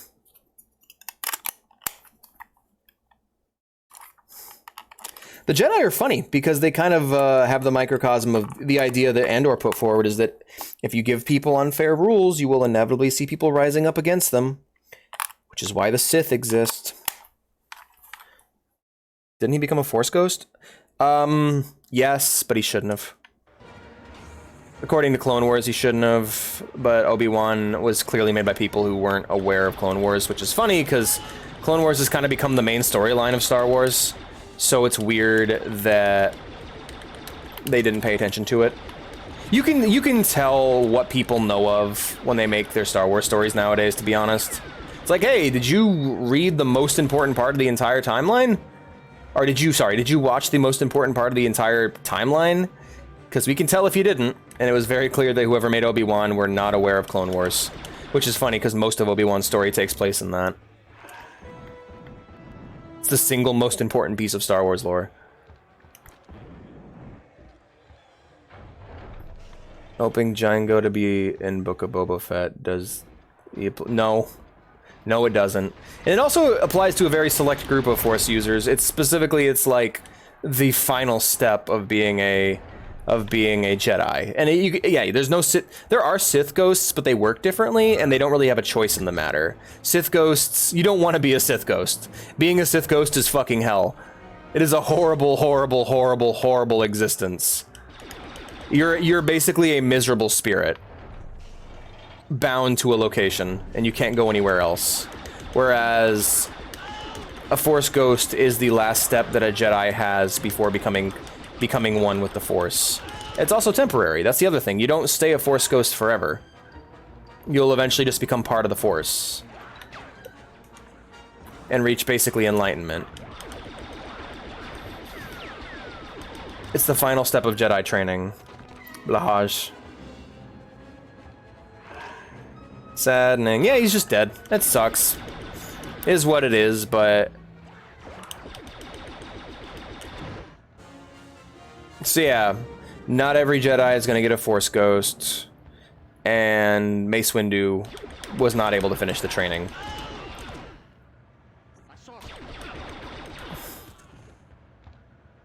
Which is the sad part. We find that at the end of Clone Wars, is that Yoda goes on a little quest, and he actually makes contact with the Living Force, and he is informed... You know what Qui-Gon is? Qui-Gon at most is a voice. That's what he's able to do. He's able to be a voice. He's not able to be a Force Ghost. Obi-Wan got that wrong. Which again shows that they did not actually watch Clone Wars. Mace Windu can stay dead forever and ever, no complaints. I agree. He was... Here's a bit of a hot take. I don't think Mace Windu is a very good person.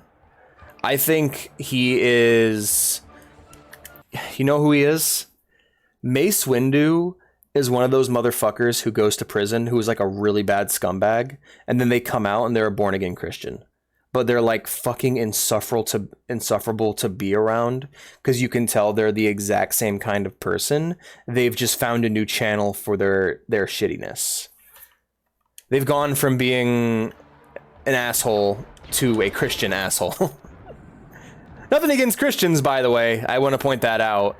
It's just I know people that are like that in life, and it's a very specific kind of person. Because like Mace Windu was very conflicted before he became a Jedi, and then when he became one, he became like absolute and like draconian in the enforcement of the Jedi rules. Yes. Yeah, basically he was very indecisive when then he became a Jedi, and he's like, this is all there is to life. All there is to life is being a Jedi. Jedi always right, and it's like, oh god. Like I don't hate him. I like him. I like Mace Windu as a character. I just think he symbolizes everything wrong with the Jedi. Even Yoda at the end was like, oh shit, we fucked up.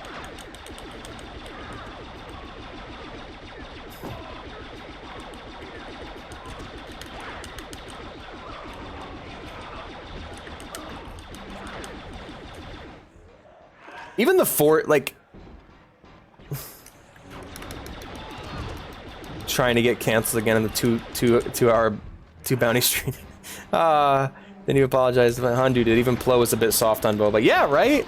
Everyone understands that he was a kid, but like Mace Windu is an ice cold motherfucker. Joker's starting to work at the car insurance. Well, I mean, car insurance is evil, so I mean, it's not that big of a shift, to be honest. You're just going for a different kind of evil at that point. Hey, let's make everyone pay for this thing that that should be optional. But that's an Alex quote. Car insurance is evil. It's like the Joker starting to work at the IRS. Or Lex Luthor becoming president. You know what? Lex Luthor becoming president's a really good comparison, actually. But like... Yeah, what was I gonna say? Shit. But yeah, I like Mace Windu as a character. I think I just think he's like morally complex.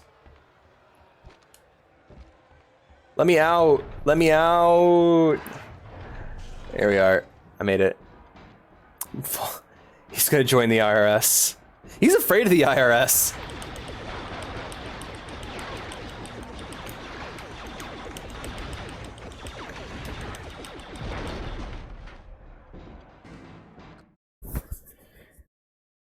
Attends his funeral and hugs Lois Lane. Yeah. Here's the thing, this Lex does become President Alex. Oh no. Would you guys vote for me? I wouldn't vote for me. Because, never mind.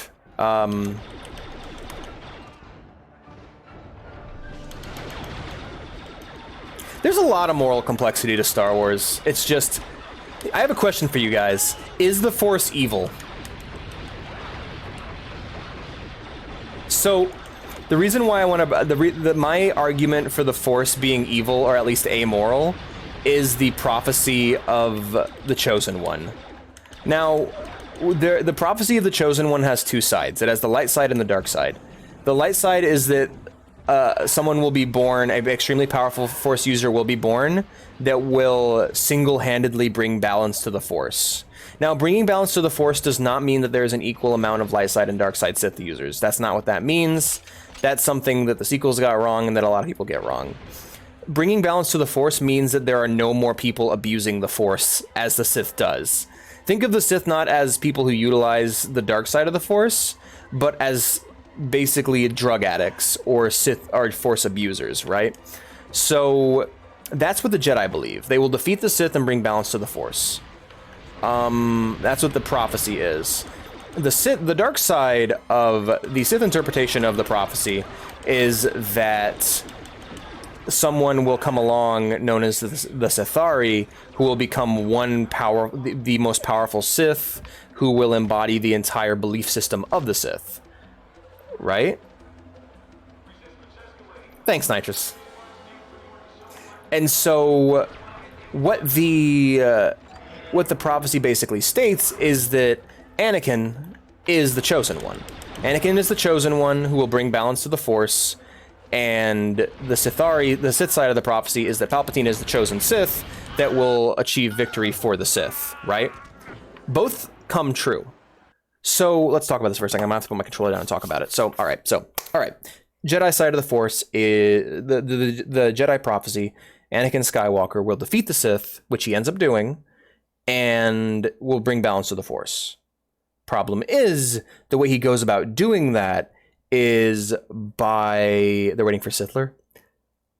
The way that the will of the Force embodied through the prophecy of the Chosen One is that Anakin Skywalker is artificially created by Darth Plagueis and by Darth Sidious, aka Palpatine, through manipulation of the midichlorians of Shmi Skywalker to create life, which would then create the child within Luke and would the child within Shmi Skywalker, which would then create Anakin. Anakin would then become corrupted by the terrible decision-making of the Jedi, who are following the teachings of the Force, by not bringing Shmi Skywalker out of slavery, and by forbidding Anakin to love, leading to him having to hide his relationship with Padme, putting immense pressure on him, and by having him return to find his mother violated by Sand People, which then leads to him slaughtering men, women, and children, leading him to the dark side over time. Eventually, the creation of the Sithari through Palpatine, the one Sith who embodies all the power of the Sith, would then lead to him becoming the master of Anakin Skywalker, and would create a situation where there would be no way for Anakin to rise up and kill Palpatine because of the immense power that Palpatine holds. So both prophecies are coming true alongside each other. The final embodiment of the Sith being Palpatine, and eventually the chosen one of the Jedi being Anakin, who throws Palpatine down a fucking hole and will then bring balance to the Force, dying himself, being the last Sith. And so, both prophecies come true. However, in doing so, and in bringing balance to the Force, trillions of people have to die, all for the will of the Force. The Force is amoral, and I agree. It's just the Force, chosen party, secure common goal, by extreme methods of execution to the point of extremists. Absolutely, Egg. I agree with not an Egg. I agree with you 100%. They're waiting for Sithler.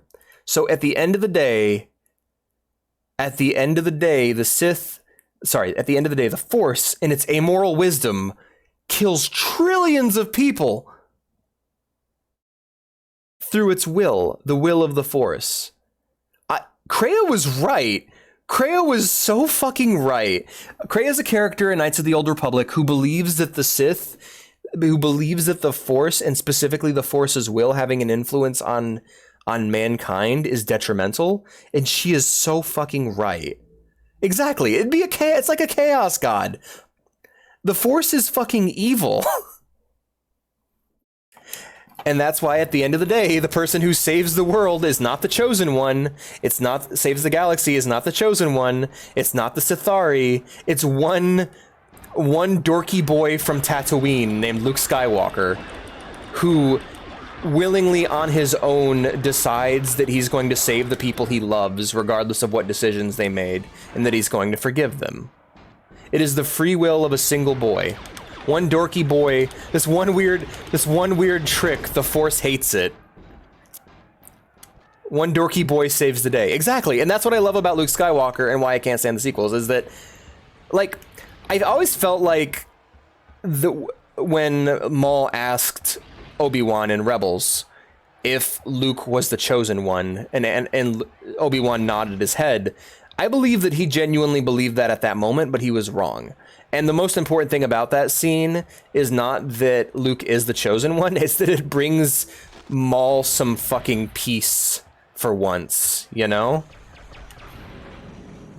It brings Maul some fucking mental peace for the first time in his life. Free will pog, right? Yeah, the will to power, the will to self, and the way that... And, oh my god, Kreia. Fucking Kreia is the most important Star Wars character, and she dies long before she knows it. Well, my work here is done. Bye, right? Kreia is a character who basically believes that you shouldn't listen to the will of the Force, you shouldn't listen to the will of the Jedi or the Sith. You should be aware of these factions and these forces, but you should ultimately do what is best for you personally, and you should try to make good choices as a person. Make your own decisions for what you think is right, and learn from your mistakes, and adjust your ideology based off of reality. Rather than being like, oh man, the will of the Force, the will of the Jedi, the will of the Sith is what we gotta do no matter what, no matter how many people die. You need to... I think I'm gonna save this VOD, by the way. I think this is some interesting shit that I'm saying, and I think I need to upload it. But Kreia basically believes that you should pay attention to what happens in the long term and just try and understand the consequences of your actions and learn from them, and develop your own power and use that power to influence people to follow your own constantly evolving morality. It's this weird mishmash of the Jedi and the Sith belief system. Kind of, but you got to be aware of the Force and be aware of the will of God effectively in this universe, because God is real in this universe. And Kreia... Luke unknowingly follows her belief system while still being a good person. And of course, Kreia personally does not believe in charity. She does not believe in... she thinks charity's bad. She does not believe in rewarding the weak or protecting the weak. But that wasn't the point of her belief system. The point of her lessons and the lessons she was trying to teach people in Knights of the Old Republic is that you should...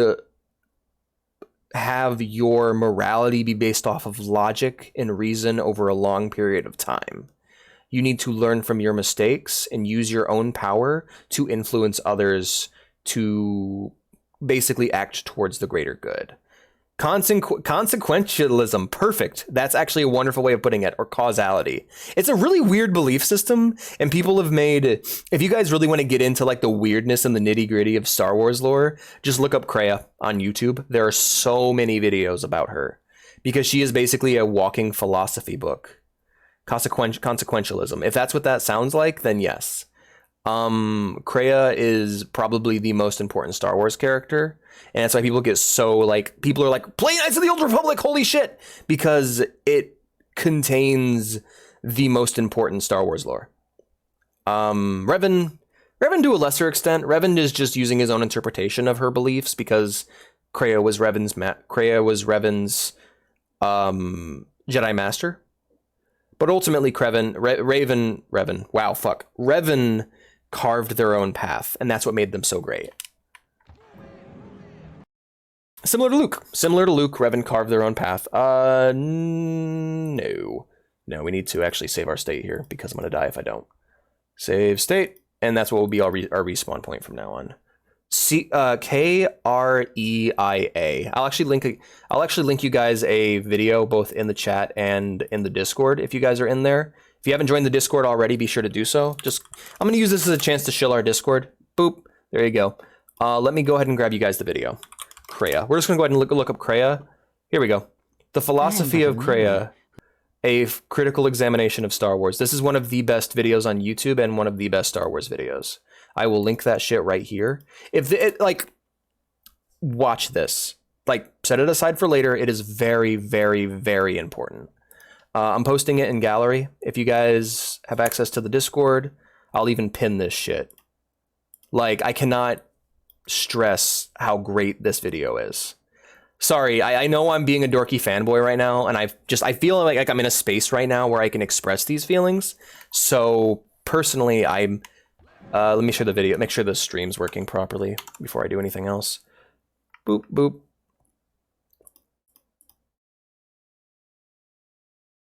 Check DC later. Yes.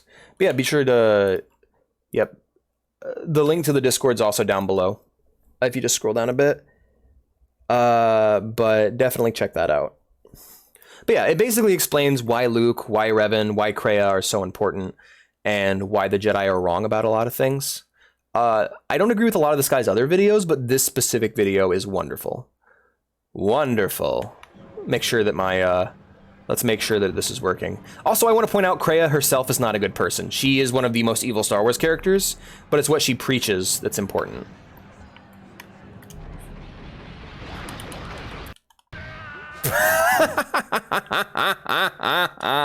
That was good shit. All right.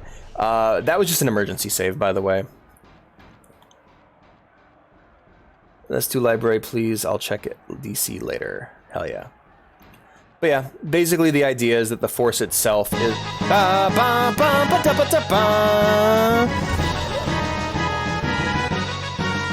Yo, Egg, thanks for the sub, dude. I really appreciate it. I'm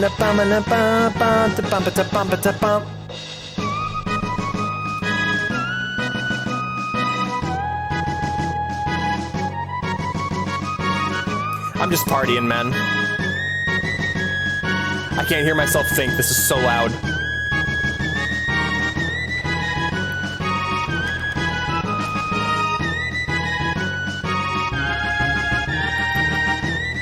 Thank you. I really appreciate the subs.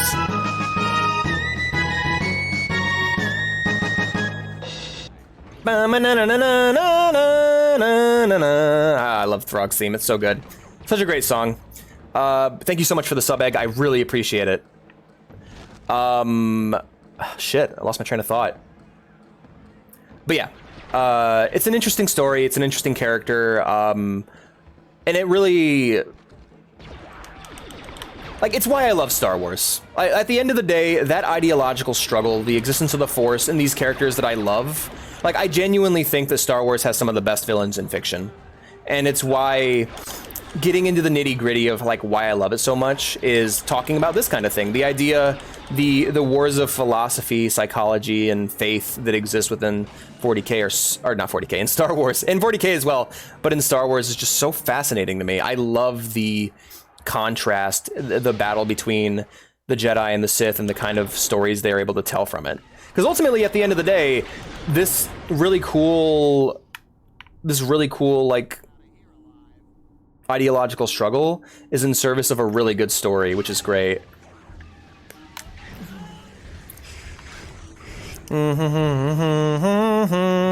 Shit!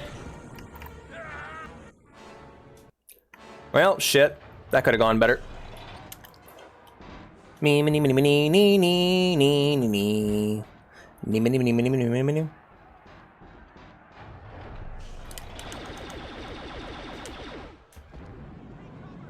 Na, na, na, na, na, na, na, na, na. But yeah. It's one of those things that's tough to explain to people, and ultimately it's just Star Wars is a place where you find good stories, and the overall meta narrative is one of the most fascinating meta narratives in fiction. I think the struggle between the light side and the dark side, good and evil, and also like the struggle between normal people and the will of the Force, which is I think the most important struggle, and how the gray side of the Force is this secret solution to all the problems in Star Wars that is just one of the most fascinating parts of it. Is fascinating. And of course, when I talk about that, I'm not talking about Bindu. Bindu is a character who exhibits one of the problems in one of the most villainous forces in Star Wars. Yeah, there's so much to unpack. It makes the struggle between good and evil fascinating. Absolutely. There's a character by the name of Bindu, and this character is often used as the example of the gray side of the Force, because he refuses to engage with the Force. Bindu is the one who stands in the middle. He's also one of the most powerful Force users in Star Wars. He is not Sith, he's not Jedi. He just refuses to engage with any conflict, and he just meditates, and he keeps to himself, and he's a giant fucking moose kaiju. But ultimately, he embodies one of the greatest forces of evil in Star Wars, apathy. Apathy is death. Ultimately, Force users who fall into apathy become forces of destruction that just eat life. And apathy as a thing is what enables evil in the galaxy. Like, for example, Jedi at many points engage with apathy. They refuse to take a side in a struggle that they should really, that they need to take a side in, and end up dooming the galaxy as a result. The reason why the Mandalorians exist, or the Sith exist at all in Star Wars, is a fault of the Jedi's own apathy. Because every single Sith in the beginning started with the best of intentions. You know what? Fuck it. Let's talk about this, because this is something that doesn't get enough coverage. The Sith code. So, there's the Jedi code and there's the Sith code. These are things that are referenced but almost never repeated verbatim. I will read to you the Jedi code, and then I'll read to you the Sith code. So we have, for the Jedi code, there is... Yep, it's the ultimate downfall. The Jedi code is, there is no emotion, there is peace, there is no ignorance, there is knowledge, there is no passion, there is serenity, there is no chaos, there is harmony, there is no death, there is the Force. So basically the idea is that you disassociate yourself from these feelings. So no emotion. If you rid yourself of emotion, you will find peace. If you rid yourself of ignorance, you will find knowledge. If you rid yourself of passion, you will find serenity. If you rid yourself of chaos, you will find harmony. And if you familiarize yourself with death, you will find the Force. If you basically rid yourself of the fear of death, you will find the Force. So here is the Sith version. Peace is a lie. There is only passion. Through passion, I gain strength. Through strength, I gain power. Through power, I gain victory. Through victory, my chains are broken.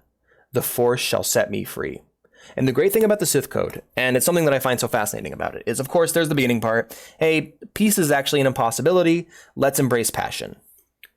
If you embrace your passion, you will gain strength over yourself. If you gain strength, you can gain power over others, and through power over others, you will gain victory. Through victory, your chains are broken and the Force will set you free.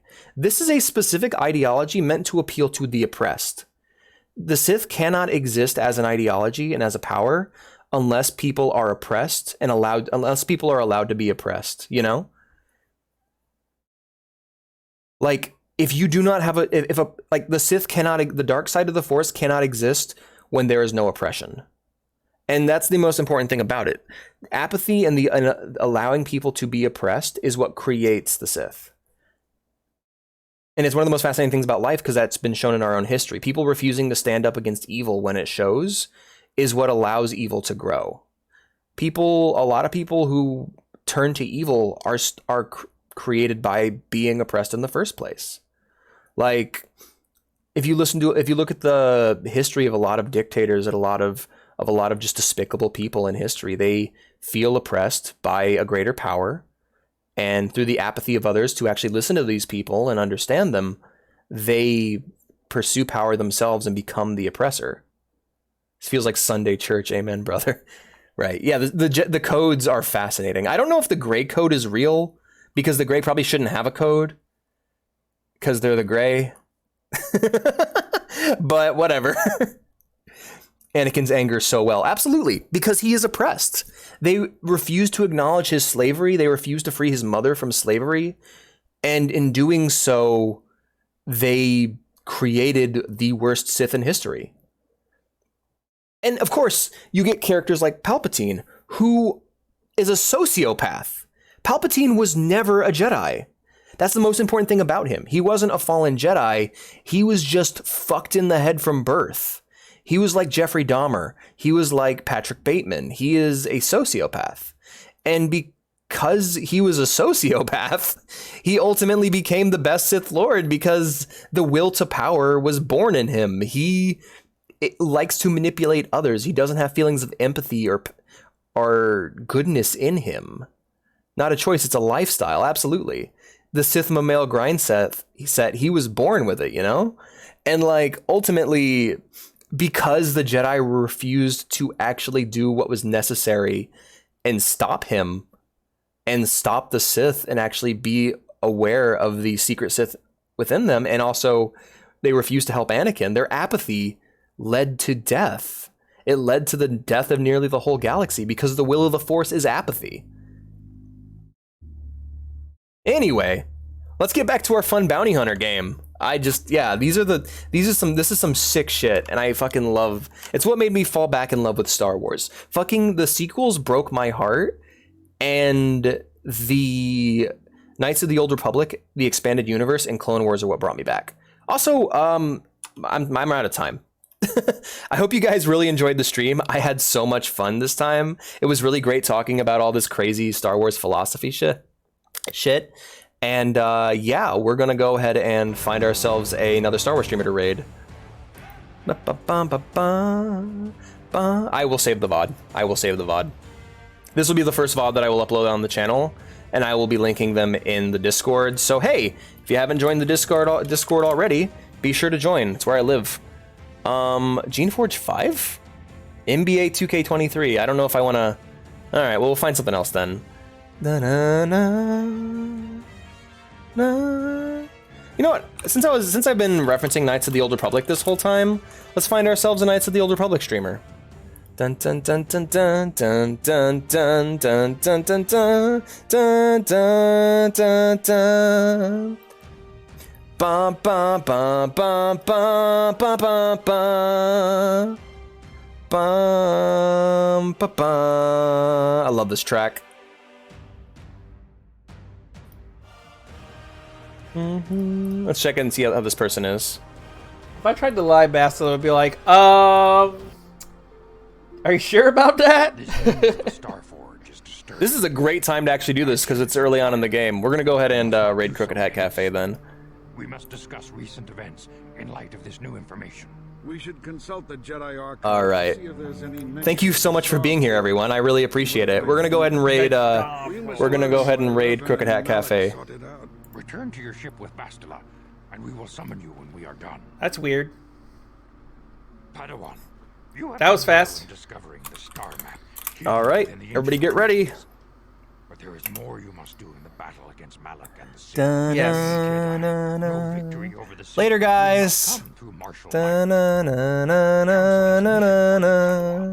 I've Here it consulted comes. our vast archives in an effort to Hello discover there. the nature of this Star Forge.